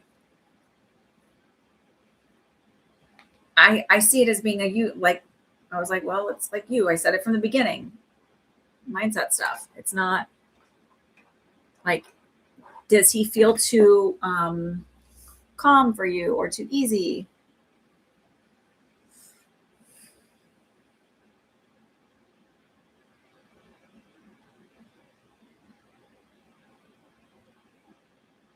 So then if he's not doing anything to hurt you, he talks to you about stuff. This is what you're telling me. I feel like he keeps things quieter, but whatever. Like, then the safety and the happiness and secureness is within you. I'm telling you 100%, all of that is not out here. It's all within here. Like your happiness is never going to be dependent on somebody else. It's never, you're never going to find it. You're going to constantly be seeking it because they'll give you a little bit and then it'll crash and you'll still be back in here and here. So you have to start, as stupid and simple as this is, I'm safe, I'm happy, I'm secure. Nobody is going to make you feel those things other than yourself. They can reflect it, they can amplify it, but they aren't going to give it at a core if you don't feel that at a core. And that need for safety, security, and happiness probably comes from not having a safe, secure, happy childhood home. Breaking up is not the answer. I genuinely believe, I genuinely believe if you just work on yourself within that relationship, 1, you'll feel more empowered. And 2, then you can come from a healthy place and make a decision. Is this what I want? Do I want to have him show up in a way that reflects back to me? Because we create the life that we want. We write the story. We create the main character. Our avatar shows up as the main character. I say that because we are not just this corporal being. You had a very insecure childhood. So that's why it's really important for you. If you don't find that safety and security within yourself, if you don't reprogram that inner child and you don't reassure that inner part of you, that subconscious part of you, your subconscious is what creates it's the autopilot stuff in your life. That feeling is going to continue to show up. It's going to explode and implode your entire life.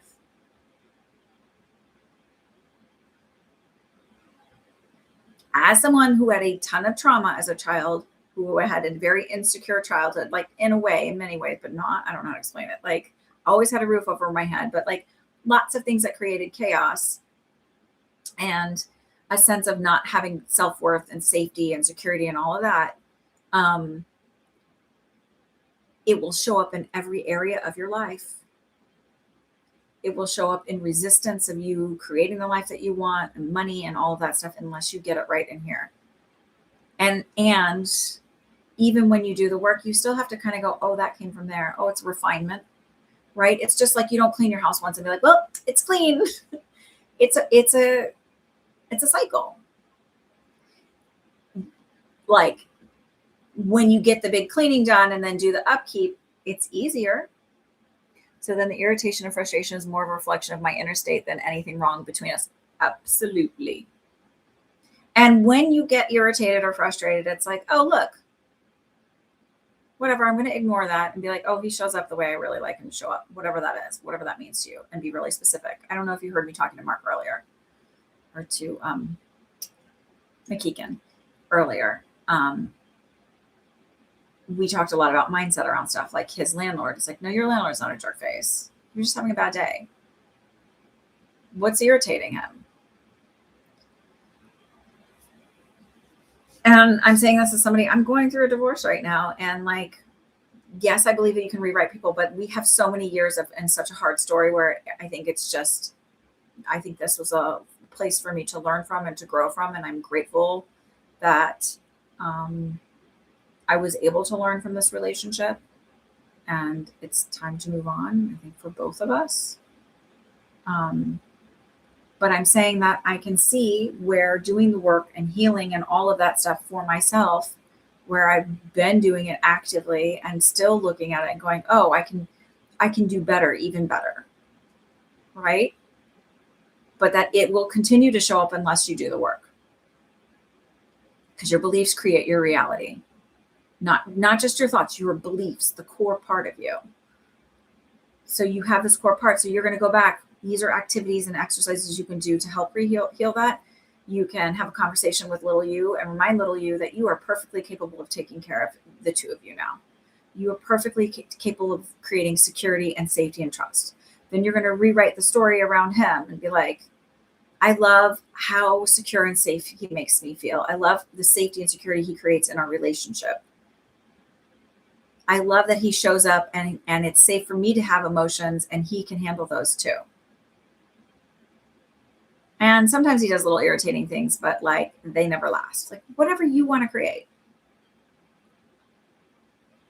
Nobody's going to ever show up. I mean, they could show up perfect all the time, but sometimes the fun of life and why we incarnate here is a little bit of the roller coaster ride.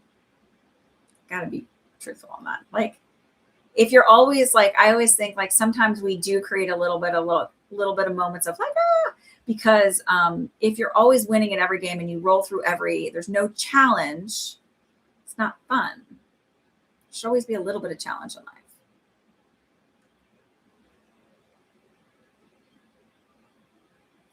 And that's when you start like refining and be like, well, how can I do this better? How can I get more out of this?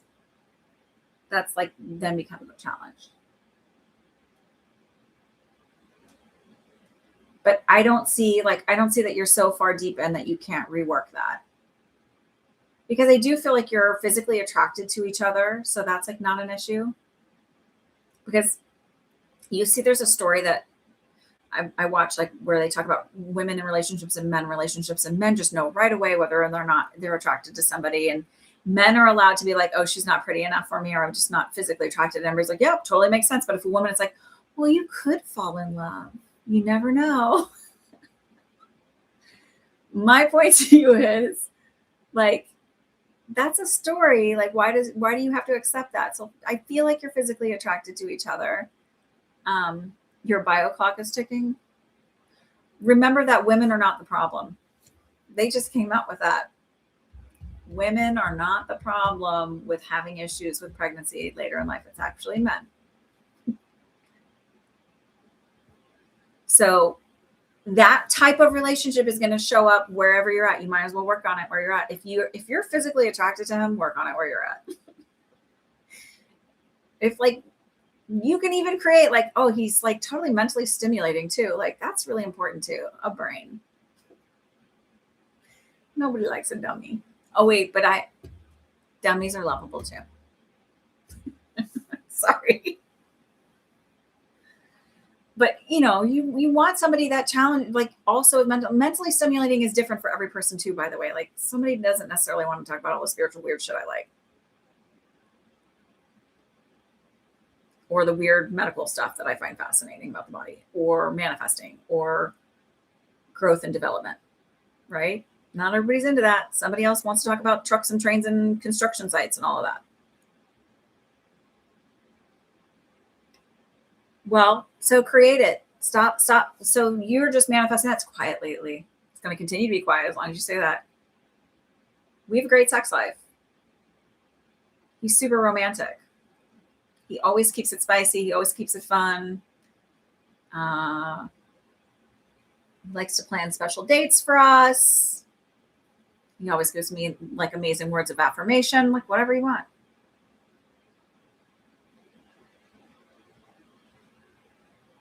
Okay. So you're creating that. So it's not quiet.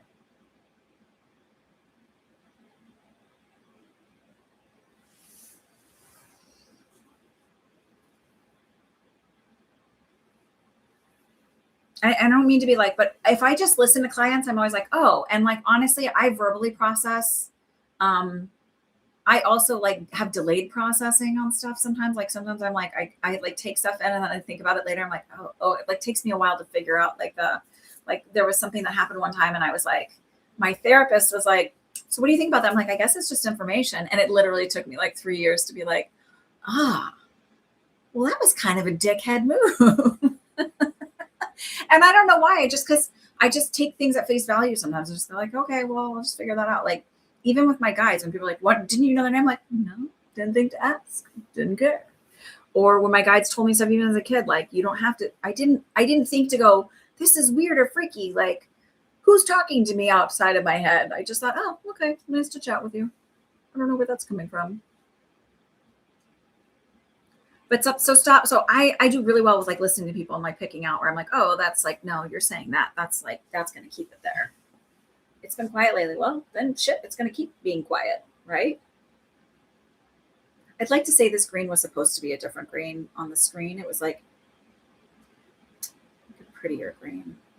It's more mossy green. And it was more of a like, I don't know, Kermit nephew green. I don't know what Kermit's nephew's name is. Kermit the Frog. Well, so you're more like that. You're more like that. Do you think I've always been this way? I've always been a pretty positive person and look for the bright side of things. Like even when I literally the day I found out I was supposed to be on this drill team for as a freshman in high school, like I tried out in 8th grade and I found out I was on the drill team and 2 hours later I found out I was moving to Wisconsin. And I was like, well, I guess I'll make new friends there. Like I didn't think like, oh my God. I just like was like, well, I guess this is like, you know, you get this way when you start looking at things because it becomes a focus for you. When you understand that your beliefs create your reality, you start to go, I need to watch where does that come from? I can stop myself all the time. It doesn't mean I don't ever flub up, but like where yesterday I was like, oh, this is really interesting. I'm going to recreate that. Like, no, I'm not going down that. When people are like, how's your divorce going? I'm like, I don't want to talk about it. Not because I'm in denial, but because I don't want to, like, you're looking for what's happening in my 3D and I'm telling you what I'm creating here, which is peace, which is smooth and easy sailing, which is, you know, like, because that's what's best for everybody. My kids deserve that. He deserves that. And I deserve that. Like that is what's best for everybody. So I don't want to talk to you about anything because I don't want to continue to feed any sort of like disappointment if I have or struggle because my struggle was my old story and I'm not feeding into that anymore. Right. And it's also the old story that I got of like the divorce my parents went through and how hard it was for my mom. Like, I don't want to feed into that. So my goal is focus on the good, like creating the outcome that I want, which is good for everybody. I don't want to hold, like, I'm not looking to screw anybody into the ground. Like that's a story that society creates around everything. So there's stories around relationship that society creates. And I think that's a lot of that comes from patriarchy. I fucking hate patriarchy. Like it's not that men are bad. It's that there is a system that is put in place that is harmful to everybody.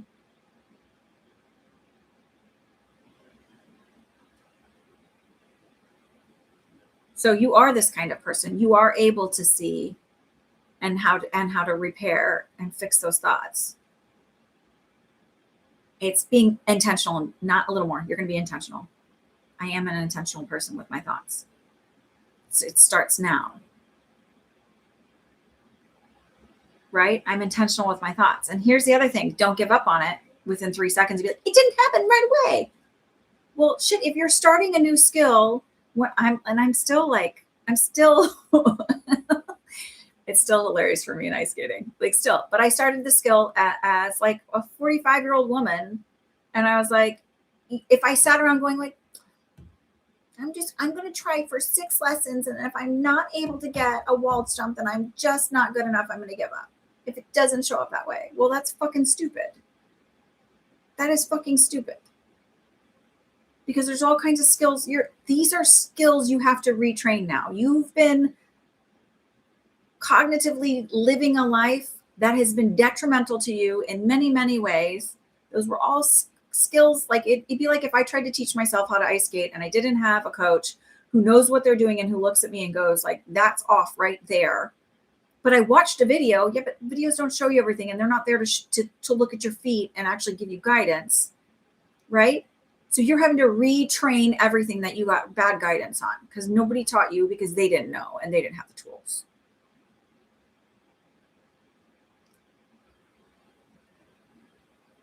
Feelings don't fucking matter. Feelings don't make sense and they don't matter. That's I got out of like, it's just like, they just are. That's all. They just are. Feelings just are. And then you get to decide what the thoughts around those feelings are. This is why I love like your beliefs create your reality, because then it's literally whatever you want. And someone goes, no, that's what it is. I'm like, really? Not for me. I don't believe in curses. I don't believe that anybody has that much power over me. I believe patterns are created and belief systems are created, and I can decide to continue to feed into those belief systems or not. How do you decide to leave someone or not? I'm telling you right now, don't leave him in the state that you're in, because you're going to perpetuate and I can't think of the word I want to say. Basically reinforce like that idea that relationships don't work out, and when they're not doing what I don't want them to do. This woman used this really great explanation of like how relationships fail and how you get to where you're at. And she's like, it's not, and this is like why she also manifests in baby steps, because she's like, your brain can't go from here to over there, which I absolutely agree with, where I'm like, why, when people are like live in the end, I'm like, yeah, but like, it's really hard to live in the end when you're like not even in contact with somebody and you're trying to manifest a marriage, or when you're living in the end of like, I mean, it's not that hard to live in the end of a career, but maybe it is like, if it's a career that's non-traditional, right? Where you're trying to be like an entrepreneur and have this thing, and you don't really have an example of like that being the norm. And well, I know that I have to go through school, but entrepreneurship, you really don't, right? You're creating your own path to whatever it is. So it's hard to live in the end, but it is easier to like pick smaller goals and build from there, right?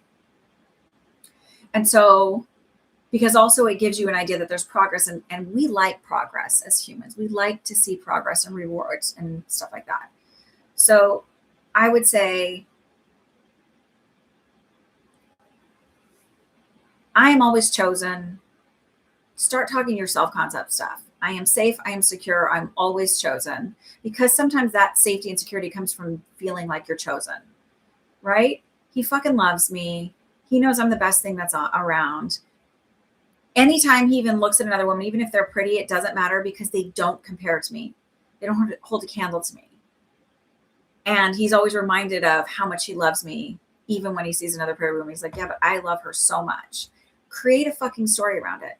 He's romantic. He loves me. He always shows up in romantic ways. He reminds me every day how much he loves me, not just verbally, but through intention and through action. Right? They always say, listen, like with men, watch their actions, not their words. So create those stories and then see how it comes. And then you'll see, like, am I really, like, is this what I really want? But if you don't heal and work on that stuff, it's just going to show up with somebody else. They'll be really, really wonderful in the beginning because they're reflecting to you that feeling of being attractive, wanted, needed, all of that stuff. But if you don't work on your stuff, then they are going to keep showing, like, that's still going to be triggered. And the work is not something like, I'm just done, I've got it. It's like continual. And that's okay. That doesn't make you broken. It just makes you living in the human experience. Your house always needs to be cleaned. Your laundry always needs to be done. Like, you can go out and buy new clothes, right? You can go out and buy new clothes. You can get a new relationship, but you still have the shit that you have to deal with. So you might as well just keep washing your clothes. And then when you've done the work and you see, like, well, maybe it ends up being like, if you're attracted to him, fucking stay in the relationship if you can manifest it a different way, into a healthier way. You don't question his love for you. I question whether he is right for me. What makes him right for you? He doesn't do anything wrong. He has been naming changes I've asked for. He's more afraid I will leave him. You're creating that story. Don't have the outcome. To see how magical and powerful you are, do a minute. Powerful you are. Do this for a minute, right? Don't ask him to make any changes. Start making them up here, however you want it to be. He knows that I'm safe and secure and a good partner for him. He knows I'm not going anywhere. He knows that I'm committed and loyal. He doesn't ever worry about that.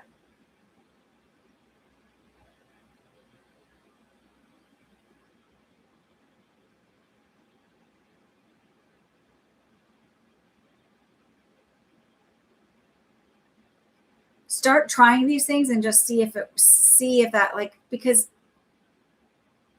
what I see in you is like, you're more worried about when you grow up with like inconsistency and insecurity, you're used to chaos. And so when there's calm, it feels uncomfortable.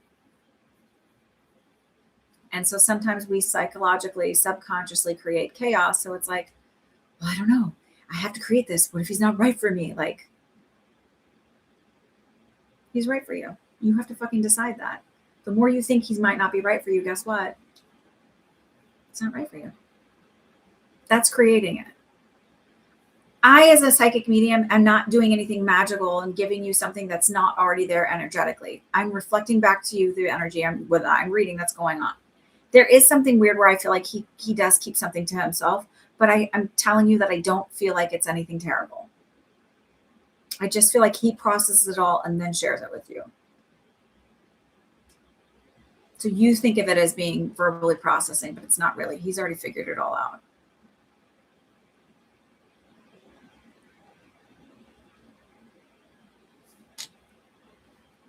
Okay. Katrina and Gabrielle. Regine, if you're here, you want to ask your question. I don't know where you're at. I didn't see if you said hello again.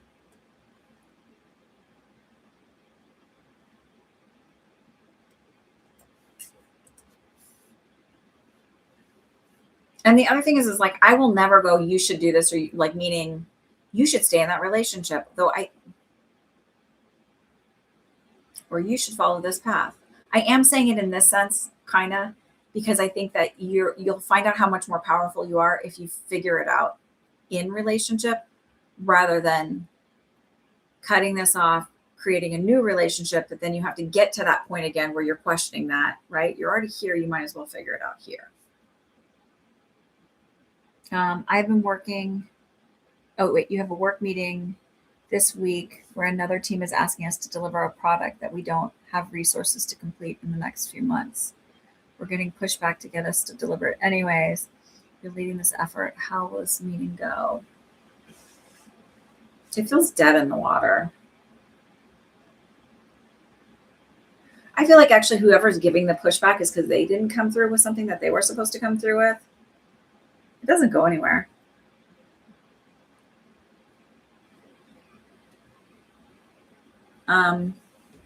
There's like a weird thing where I feel like it picks back up, is what I heard, when you have the resources, but they just, it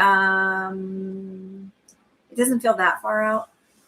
It feels like somebody mismanaged or misallocated money, or whatever that is, as resource. I'm assuming it's money. And it's almost like a panic to get you to do it. Sorry. Guess I'm not holding my magic rock anymore. You have a feeling, but I feel badly and I don't want to not be collaborative. You're not being not collaborative. You're being realistic and logical. That's a story that's stupid. You're not working. You're not a team player. Fuck that. You can't play on a team that doesn't have equipment. It doesn't work. You cannot play on a team that does not have equipment. So tell them that. I would love to be a team player if I had the equipment to play on the team. Like, you can't say like you're going to go out and play lacrosse or soccer or football without pads and helmets. That's fucking stupid. I guess you use shin guards in soccer. They're saying you can't play soccer without cleats.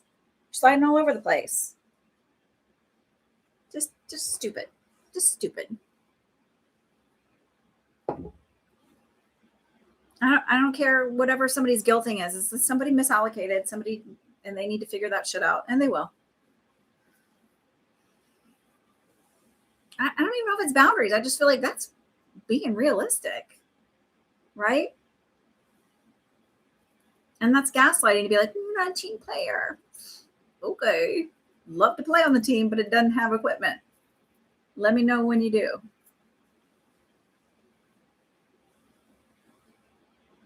Also, I'm pretty bold here in my corner. I get a little more shy, but no, I yes and no, I don't. Like sometimes I just put the kibosh on stuff where I'm like, this isn't working. It's clear it's not working. But it usually takes a lot for me to do that. No problem. Gabrielle, what's your question? Regina, are you here? You got stuck going over on your reading, I have a feeling. Or you just disappeared.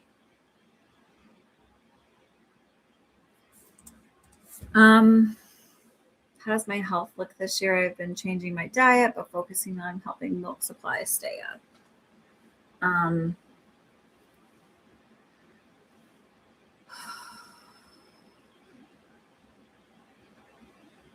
Oh, her belly kept going down, right? That wasn't a non-issue, right? I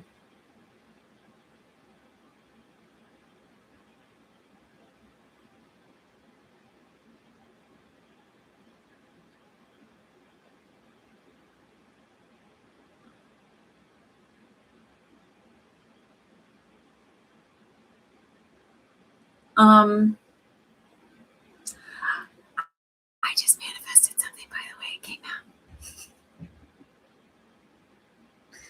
Okay. I didn't want to have a meeting with somebody yesterday, and I was like, I'm not going to contact them. I'm going to make sure they contact me and text me about not having a meeting. They just did. And I was like, I want to do this day or that day instead. And they just did. So I'm just saying this shit works. I don't have to say anything. I don't have to do anything. I just go in my head. I'm just like, nope, this is how it's going to work. Anytime a little fear or worry comes up, I'm like, no, that's not real. Anna gets nervous about that, and that's okay. But the truth is, this is how it's working out. That's it. End of story. Okay. So, Gabrielle, I do feel like there's some teeth stuff that comes up for you, and it just feels like I almost feel like my teeth are sore. I don't know either way to say it, but I don't know if it's like cavities or whatever, but it's like, it feels like it resolves itself or whatever. Like you might get a little worried about it and you go in and they're like, well, this is kind of, I feel like it's sort of around pregnancy hormones and relations, but it resolves. There may be back left. I feel like in between teeth. So there might be like a gap or where you get like a food catch, I think they call it. So it's, if you have your wisdom tooth, it's going to be between your third and fourth from the back teeth. And if you don't have wisdom teeth, it's between your second and third teeth. Watch that area because I feel like either just floss really, really well because I feel like there's a food catch there or something. You clench your jaw way too much. I have my first ever cavity on my upper left side. Okay. There might be like a food catch there, like where there's like, it's either harder to floss or whatever, like food gets caught in there. Just floss better. I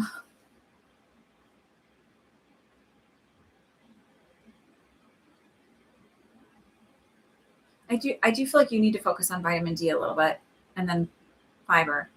But otherwise, health-wise, I feel like it's going to be a better year. You're not going to be hit with so many viruses and stuff. I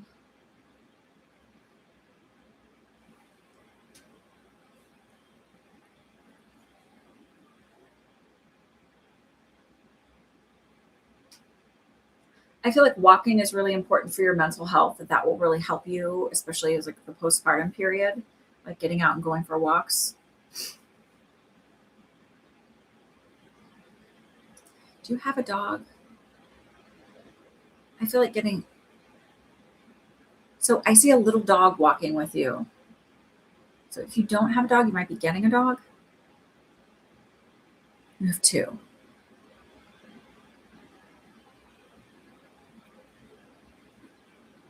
Is one like a little white or light colored one, like cream? Like that dog needs the walks with you, like just energetically.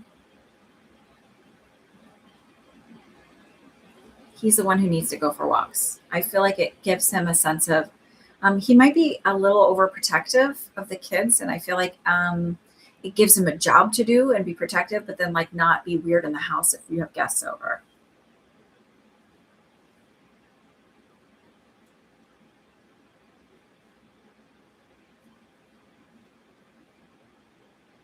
Yeah. I feel like he needs the job to also like, because he gets overstimulated and then he gets grumpy.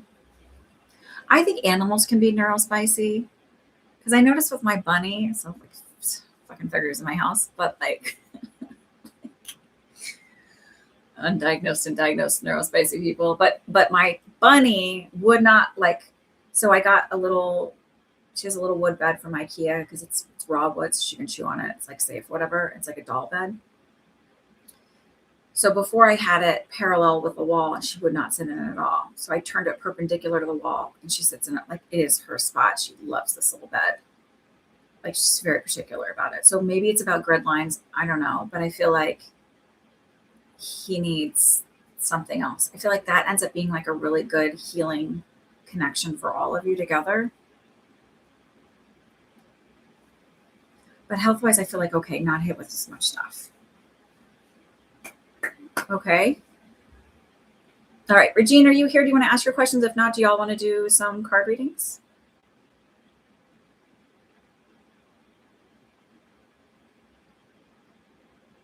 You're very welcome. Can I share the email reading you asked for? Because I just thought it was really cool. Because I want to show people how like sometimes stuff is more about timing, about like things to happen in order to care, Gabby.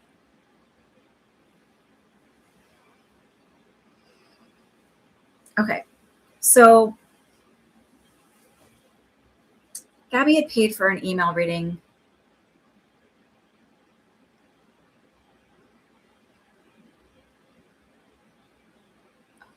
Love Life. These are paid readings. If you want to pay for one, it's $12 and I donate 30% to the Community Food Bank of New Jersey. If you just want a little quick card pull, I don't ask questions to it. I just say, what do you need to know? I'm happy to do that. I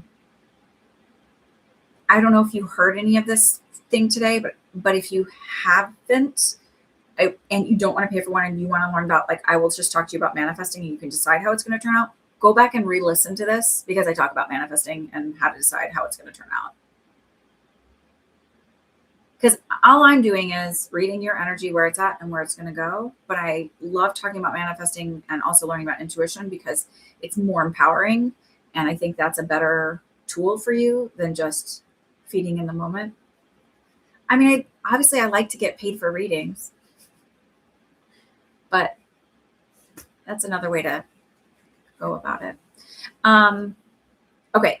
So I think, was it Thursday you purchased the reading? And I try to get to everybody's email readings fairly quickly. There are times where it just, like, for whatever reason, I just, like, every time I sat down to try and do her, like, connect in with the energy and give her a message, I just, like, wasn't getting it. And I was like, meaning Wednesday or Thursday. Okay. So when did I finally answer it? It's Friday night. I don't know. It was a longer time than I normally take to answer things, but I just, like, every time I sat down to do it, it wasn't that it wasn't coming through. It was like other things would distract me, or I'd be like, oh, I'd be driving in the car and, like, I'm not trying to be that distracted while I'm driving. It's bad enough staying focused as it is.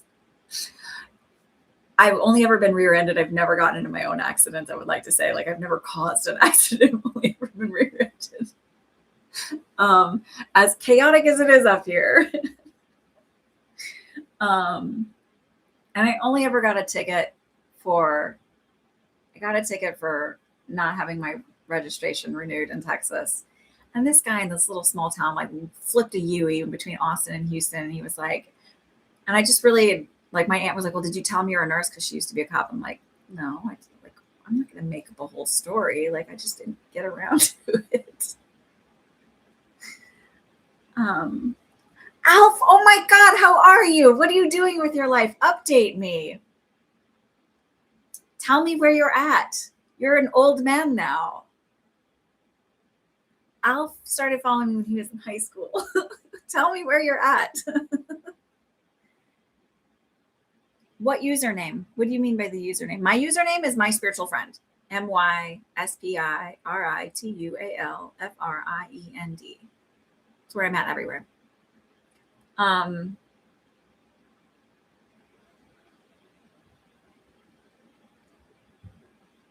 Oh, wait, no, I'm thinking of, not Alf. Alf, sorry, I mixed you up with somebody else. Maybe that person will come in. How are you, Alf? I was thinking of somebody else. I'm sorry. You can't access the PayPal link? I don't know what to tell you. Let me see if I can find it and link it here. I cleared out a shit ton of my computer stupidly because, don't ask. It wasn't stupid. It was preemptively forgetting.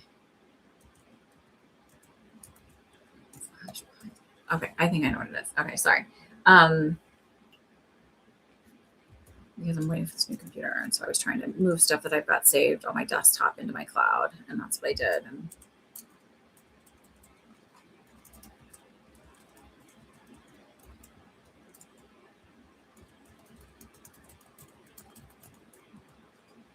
see if this works.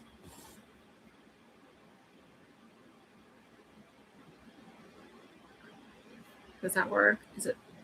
Oh, it's not hyperlinked. Hang on, I have to fix that. Fuck. Okay, sorry. Open.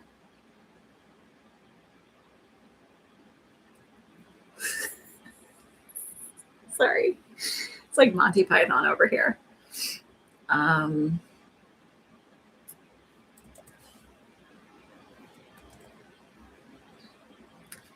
HTTPS.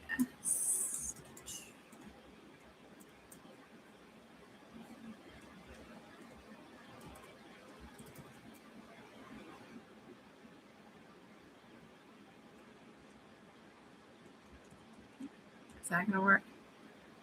Oh, fuck. Sorry. All right. Start over. Oh, my God, y'all. There we go. No. I'll get it eventually. That's how it all works out.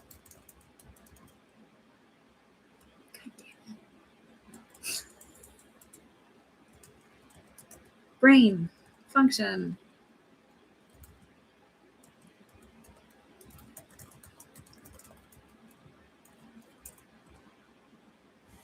There we go. Let's see if that works.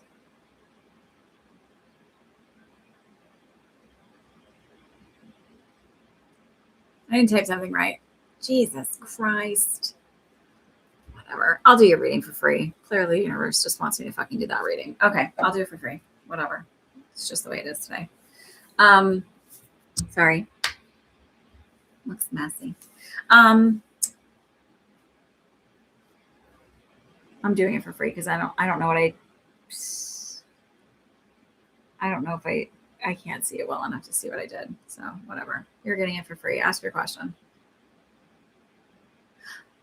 It's about time, Regine. It's about to get rid of you altogether. All right.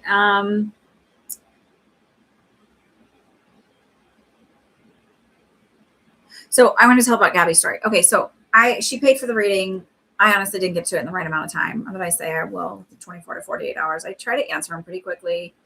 But every time I sat, there was something going on. I couldn't get it done. Whatever. I kept getting distracted by kids. And finally sat down to quiet on whatever night it was. Kids had gone to bed. And I was like, I told her that she had to pay attention to her dreams because there's something with your dreams. You're getting a lot of messages. You're getting messages that are really important to pay attention to. And I was like, in my head, logically, it was like, great. She's going to think some weird convoluted dream. It's going to come and get her. And that's the scary dream that's real. And then I mentioned to her about her son starting to see spirits. And then it was okay, like, or mentioning ghosts or something, and that it was okay because it was just a guide or an angel around them.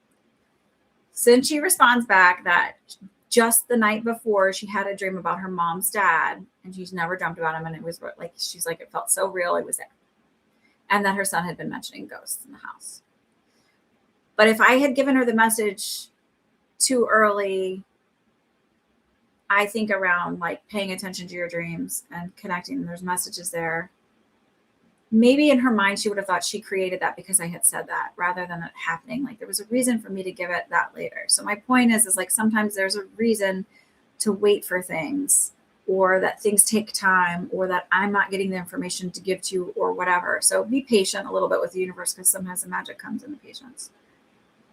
They always come when you need them most. So, so you always appreciate the delay. Thank you.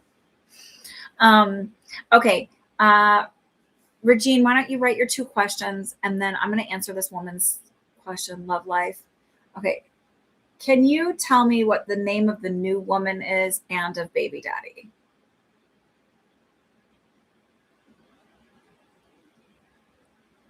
Like, or are you asking, I'm so confused. Are you asking like this future out there kind of woman who he's going to end up being with? Like as in a hypothetical?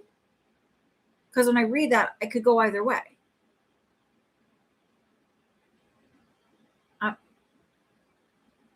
Okay. So then this is why you need to go back and listen to this whole video, because I talk a lot about manifesting and creating the life that you desire. You don't have to want to stay in a relationship with them. You could if you wanted to, and you could create the relationship that you want. Especially go back and listen to some stuff. So basically, like, I believe in manifestation, and I believe that we create the life that we want, and I believe we create through relationships. We learn through relationships. I think that is actually the only reason that we come to Earth is to learn through relationship, because we learn through all kinds of relationships and to experience that way, right? So why don't you decide, like, whoever he ends up with, I know that she loves my son. She gets along with him. She's really kind. She's actually great. It's actually really great to co-parent with her. We actually get along well. And my baby daddy, whoever he is, my ex, right? Because we're going to decide he's ex, that we co-parent really well together. And it's actually great for everybody. And we're happier being co-parents than we are being in a romantic relationship. Create that. Because I think it's like, I could tell you, but also what I'm going to be telling you is from a chaotic point. So then it's not going to be a great person. Instead of telling you, like, you can create this and you can decide this. It doesn't have to be the story that society has impaled in us about, like, divorce is terrible and people only get divorced. Like it has to be chaotic, and it has to be, and like, let's go after everything. And like, or, the step parent is always fucking evil. Like, it doesn't have to be that way. Or, like, co-parenting can be healthy and be okay. And you can still get along with your ex just because you don't want to be romantically linked with them anymore. You can still wish well for them, right? You can wish for him to have a really good relationship. You can decide he's got to have a really great relationship. You know why? Just because we weren't energetically connected doesn't mean that he doesn't deserve somebody who's really, healthy and well-balanced and well-rounded. That's what I believe. And I believe it because I have created like a million things in my reality. And I'm working on manifesting, like refining all of those to be exactly what I want. Okay, here. You're positive about the patient injury case now as well. As you read last time, there have been a lot of changes and there are medical experts who support you. Visualizing and manifesting. Fabulous. Okay, first question for Jean is any update on the new job? Anything that I need to know? And second question is anything about the apartment? Sister leaves next week, but at the end of March, I have to return the apartment. I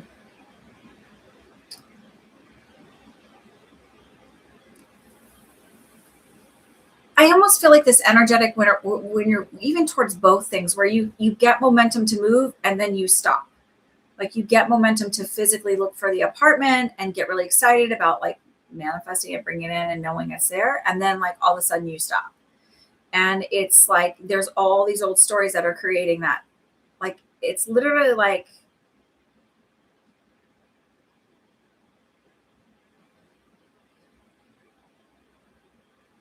I don't know if this is like a movie thing or a weird training thing where I've seen where there's like a bungee on somebody and they're running and running and running and running, running, and then they like get yanked back. And that's what I feel for you. Well, I don't get fully yanked back. I just get like parked. Like I get momentum and energy to look for it and I get hope and then I just don't. And it's in both cases.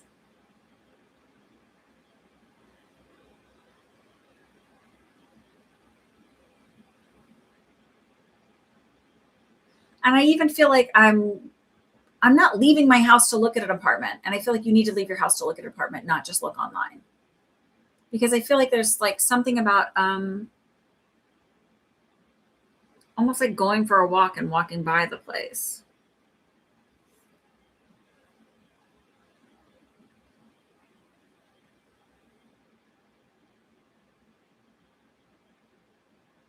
But I can also tell you that it's like a manifesting thing too. Oh, listen, like it's kind of moving that way today where everybody it's about like visualizing and also deciding exactly what you want in the apartment. Because I also feel like there's a wavering on what you want and what you think you're capable of having. Same thing with the job. What if you, so I was talking to McKeegan earlier, you should watch this back because I was talking to him about finding an apartment. And I think that that would be really beneficial for you. That whole chat we had where you're like, get really fucking clear on what you want. Like he's like, well, affordable. I'm like, what's affordable? What do you want to be? He's like $1,500 a month. I'm like, okay. So you want to interface? Does that include utilities? Like get really fucking clear on it and then just decide. And don't decide, well, this is going to be really hard because there's no possibilities. You don't know. You don't know like what old lady is out there that wants to rent you a place because they just want to have somebody in the place. Or maybe somebody's subletting it and they're like, I just need out because I've got to move. Can you just like cover this? Like, you don't know.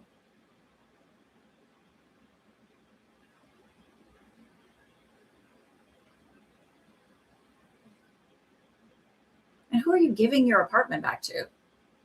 Like, you mean your lease ends? Because you can make that work in your favor too. Oh, my sister decided she was going to keep helping out with the rent till I found a place so that I didn't have to feel so rushed. Bam, done.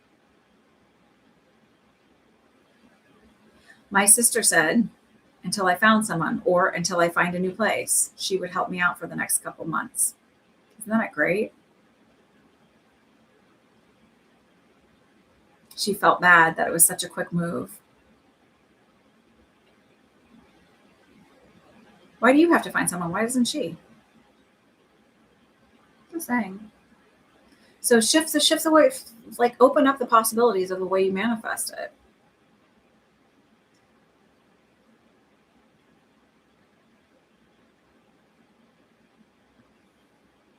I don't know. I've just looked at a lot differently where I'd say like, oh, everything works out for me, best case scenario, which it always does. Literally everything always works out for me, best case scenario. But like you can be more specific if you want to be. I don't care if she found her apartment already. What I'm saying is she's perfectly capable of saying like, hey, I didn't want to screw you over. Let me help pay for the rent for another month so you're not in such a rush and you can find an apartment. Why couldn't she say that? I'm just saying, like, open up the possibilities. It's not manipulation. It's not manipulation.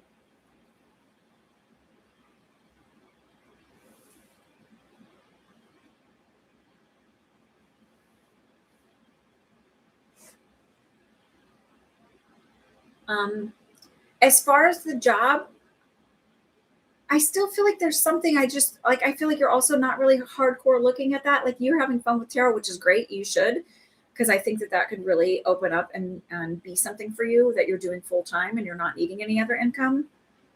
But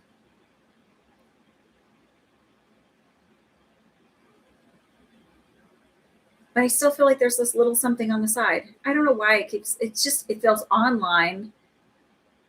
And I don't know other than that. And it's like, whatever the company is not a Florida based company, but you're working from home online. I don't think anything has changed from that. So then decide, like make that decision. And again, I'm not, same thing when you're doing tarot. We aren't really reading anything magic. We're reading the energy of where it's at and the trajectory of where it's going from that point. And so like, I don't feel a lot of change because I don't think a lot of has changed internally for you. You're in that same struggle that I get in sometimes too. It's like, I know the information and yet I have all the tools. I know the tools exist. I know how to tell people to use the tools. And yet I'm forgetting to like, oh, fuck, I forgot that one was there. I should go use that when I'm in like a thing. So I've been really head focused on right now, like where if I'm changing the old story around things, around people and how they show up and being really hyper aware of that. Like I've made my brain hyper aware of it. So that way instantly I'm like, nope, we're not doing that. We're not going around that.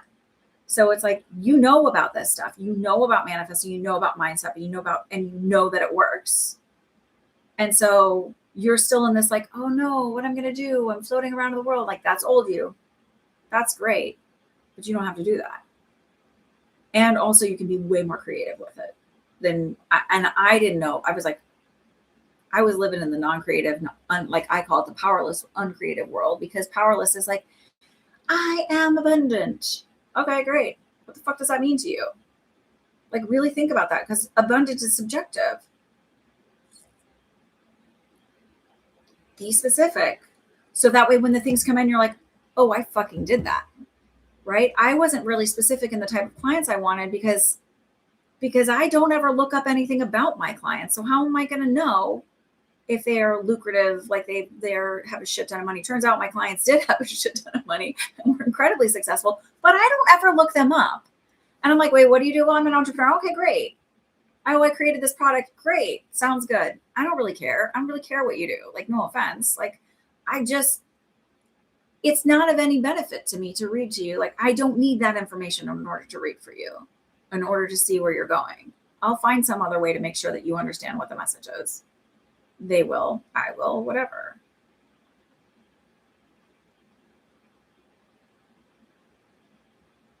What the fuck? What is dry fasting? Sorry, that's a new, I don't know what that is. Also, because I'm like, I fast from the time I go to bed till the time I wake up. And I try not to eat snacks between meals. Those are my rules. Because I get really hangry when my blood sugar's low, and you don't, and my sensory shit goes way off the fucking rails when my blood sugar is low. So the idea of like fasting for 72 hours is fucking insane to me. Like, you put me in a padded room, just call it a day. Just put me in a padded room. I will curl up in a ball, turn the lights off, and call it a day. No water, no fuck, no. That is my thoughts on dry fasting. No fucking way. Do not fucking do that. Don't fucking do that. You fucking kidding me? No, absolutely not. That is absolutely, I don't know what preposterous. No, we are not doing that. Please stop. Please stop that. Hi, Allie. There is a thing called brain zaps from withdrawal from SSRI. Do you think that could be it? But I still want you to talk to somebody about it.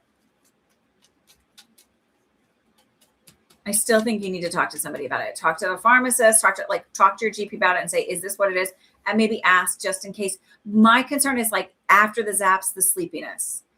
That is literally my big, like, that to me is like, just check with a neurologist or just check with check with somebody, because that to me is like, and again, my hyper focus is not SSRI. So like, if that was, I would have like read exhaustively, because that's what I do when I like start to learn about things. Like it's exhausting. And it's like, I can't stop. The brain gets itchy and I got to scratch it. Right. But I don't know enough about SSRIs. And so I would genuinely like, that is not out of my wheelhouse to say, like, even intuition wise, I'm like, yeah, it could be, but I still think that it needs to be addressed because of the sleepiness after it.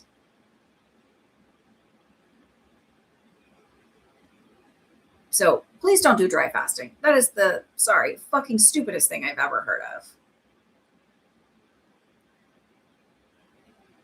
To be honest.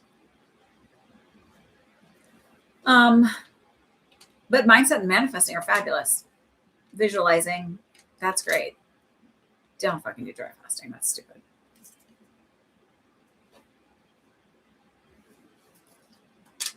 If you want my real opinion. All right, do y'all want to do card draws or no? Oh God, we've been on here a long time. It's late.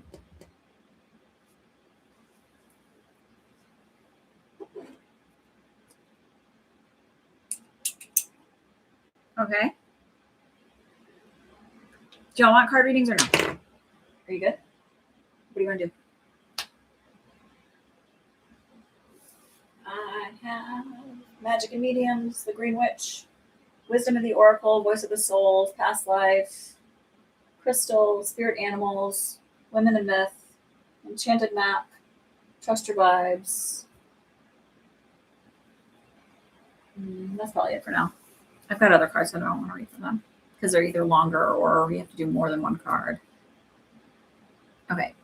Go, Katrina's got Green Witch. Where are you? I saw you. That could have been a disaster.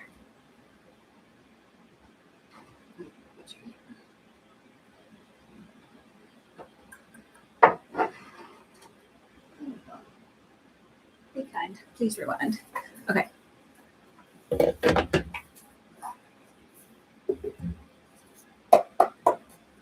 Okay, this one is for Katrina. Oops.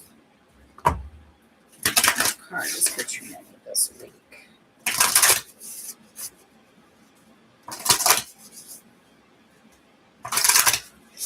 Who on earth is who came up with dry fasting? I'm sorry, I'm so confused. Who?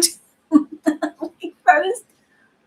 I want to know, do they get a lawsuit for that when the first person dies? Because that's fucking. Did you have palpitations when you did that? Because like I can't even imagine what your electrolytes are doing. And like also, did anybody like you when you were in that period? Because I don't think anybody would want to be around me if I did that. And like how dry your skin would be in your sorry. People would hate me. Like honest to God, I think people would be picketing outside my house, like, make this bitch move. She's crazy. All right, sorry, Katrina, this is your card. Okay, Autumn, Bounty and Balance.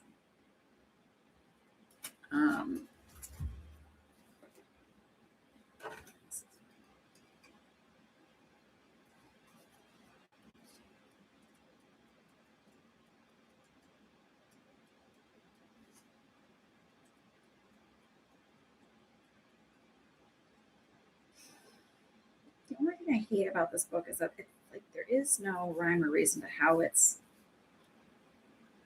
and it's not really indexed. Like there's not, like it doesn't, I don't know. I will grumble about people's organization being so highly organized. Okay, card meaning. Autumn is a time to slow down. The high energy of summer's expansion calms and turns to a slower rhythm. There is a space for acknowledgement and gratitude as the intense production of the previous season yields a crop. The autumn equinox is a time of balance, when the hours of daylight and night are equal. The autumn card reminds you that balance is important, whether it means balancing work with appreciation for the harvest or balancing intake and output of energy. Don't overtax yourself. Remember to refuel in times of hard work. Have you been successful when it comes to balancing your work and personal life? If not, how can you strike a better balance? That is your card for the day. Okay.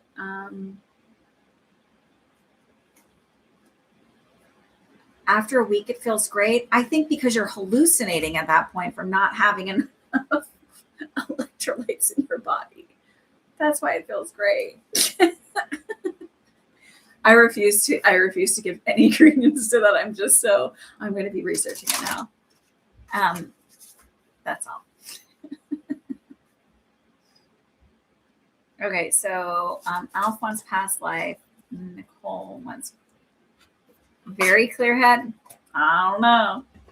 Are you almost done? Yes, I'm doing the card readings part now.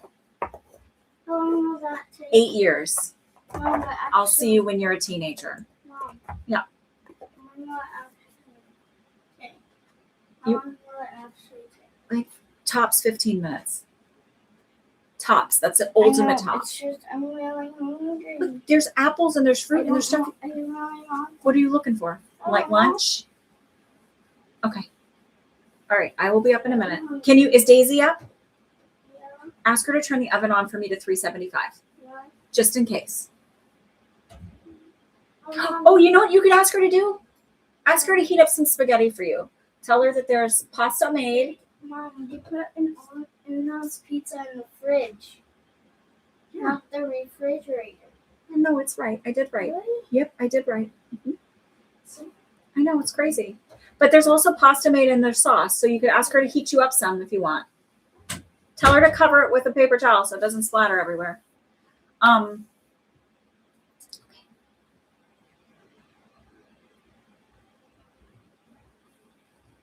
Okay, past life is for Alf. All right, what past life should Alf connect with today?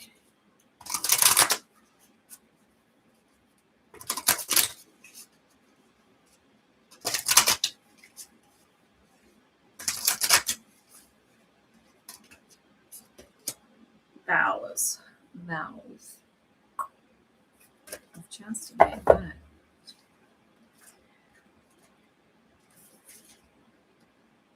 You drew this card because the vows that you took in prior lifetimes are blocking you in this one. Most likely, you were a monk or a nun when you made these vows, which still continue to haunt you. Common examples may include a vow of poverty or self-denial, which could block you from flow or abundance, a vow of chastity, which can inhibit your romantic or sexual life in the present, or a vow of self-punishment, which can lead you to sabotage or hurt yourself. Unless vows are severed, they can affect you across time. Fortunately, vows are very easy to undo. It's simply a matter of firmly stating, I am willing to sever all vows that are blocking me in this lifetime. I ask that all aspects of painful vows be now and forever undone in all directions of time for everyone concerned. By saying this, either aloud or silently, you can heal the bondage of the past and open yourself up to present-day joy and abundance in all forms.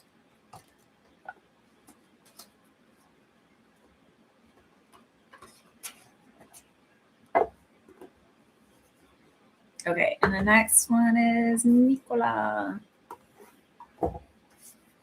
You wanted the Green Witch? You're welcome. Does anyone else want one besides Nicola, or are you done after that? What does Nicola need this week?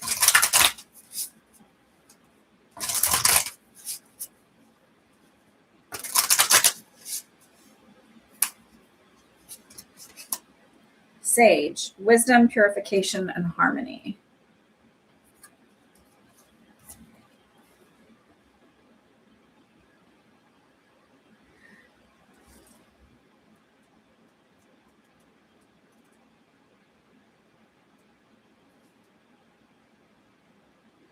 Sage is a wise herb. It reassures you that you are grounded and stable, and that the wisdom you need is easily accessible if you look in the right place. The Sage card reminds you that insight can appear from unlikely sources. Being in harmony with your environment allows you to receive messages and act on them more easily than if you are living in discord.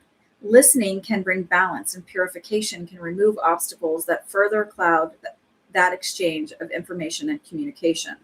Remember that what may not make sense now might fall into place later.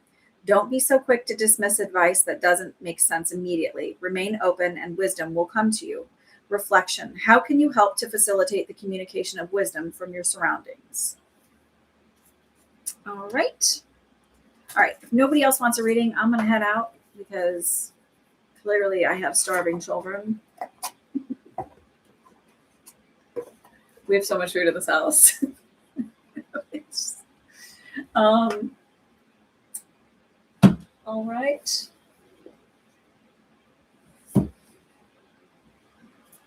Okay, so y'all have a good week, and I will see you next week. There's big planetary changes on February 14th, which will bring about karmic retribution, if you will, for many people. So like the idea that like if people have wronged others, that will be a big day. So it might be interesting to see like right around the 14th, which I know it's Valentine's Day, but whatever. Trust that those have wronged you or those have hurt you or harmed you, that the universe always finds balance. That's like sort of something I've always lived by. Like I don't ever seek retribution or try and get back at people because I just like, the universe takes care of it. Literally left a job as a travel nurse where one of the night RTs was like, how do you even come to work every day? Like nothing ever happened because they like some of the RTs were just assholes. And I was like, because I just know the universe takes care of it. And when I left, 2 managers were fired, or 3 managers were fired. People were demoted, like all kinds of stuff happened. And I didn't have to do anything. I didn't make any complaints and nothing. I just was like, I'm going about my day and living my best life and fuck that. So like, just know, like, if you're like, oh, why doesn't it, like, why don't bad things, like, are they ever going to fess up or whatever? Like everything comes back to them. And I think that you'll see like on the worldwide stage, there's going to be stuff that kind of comes out too, like a lot more around that date. So anyways, have a good one. Love you all. See you next week.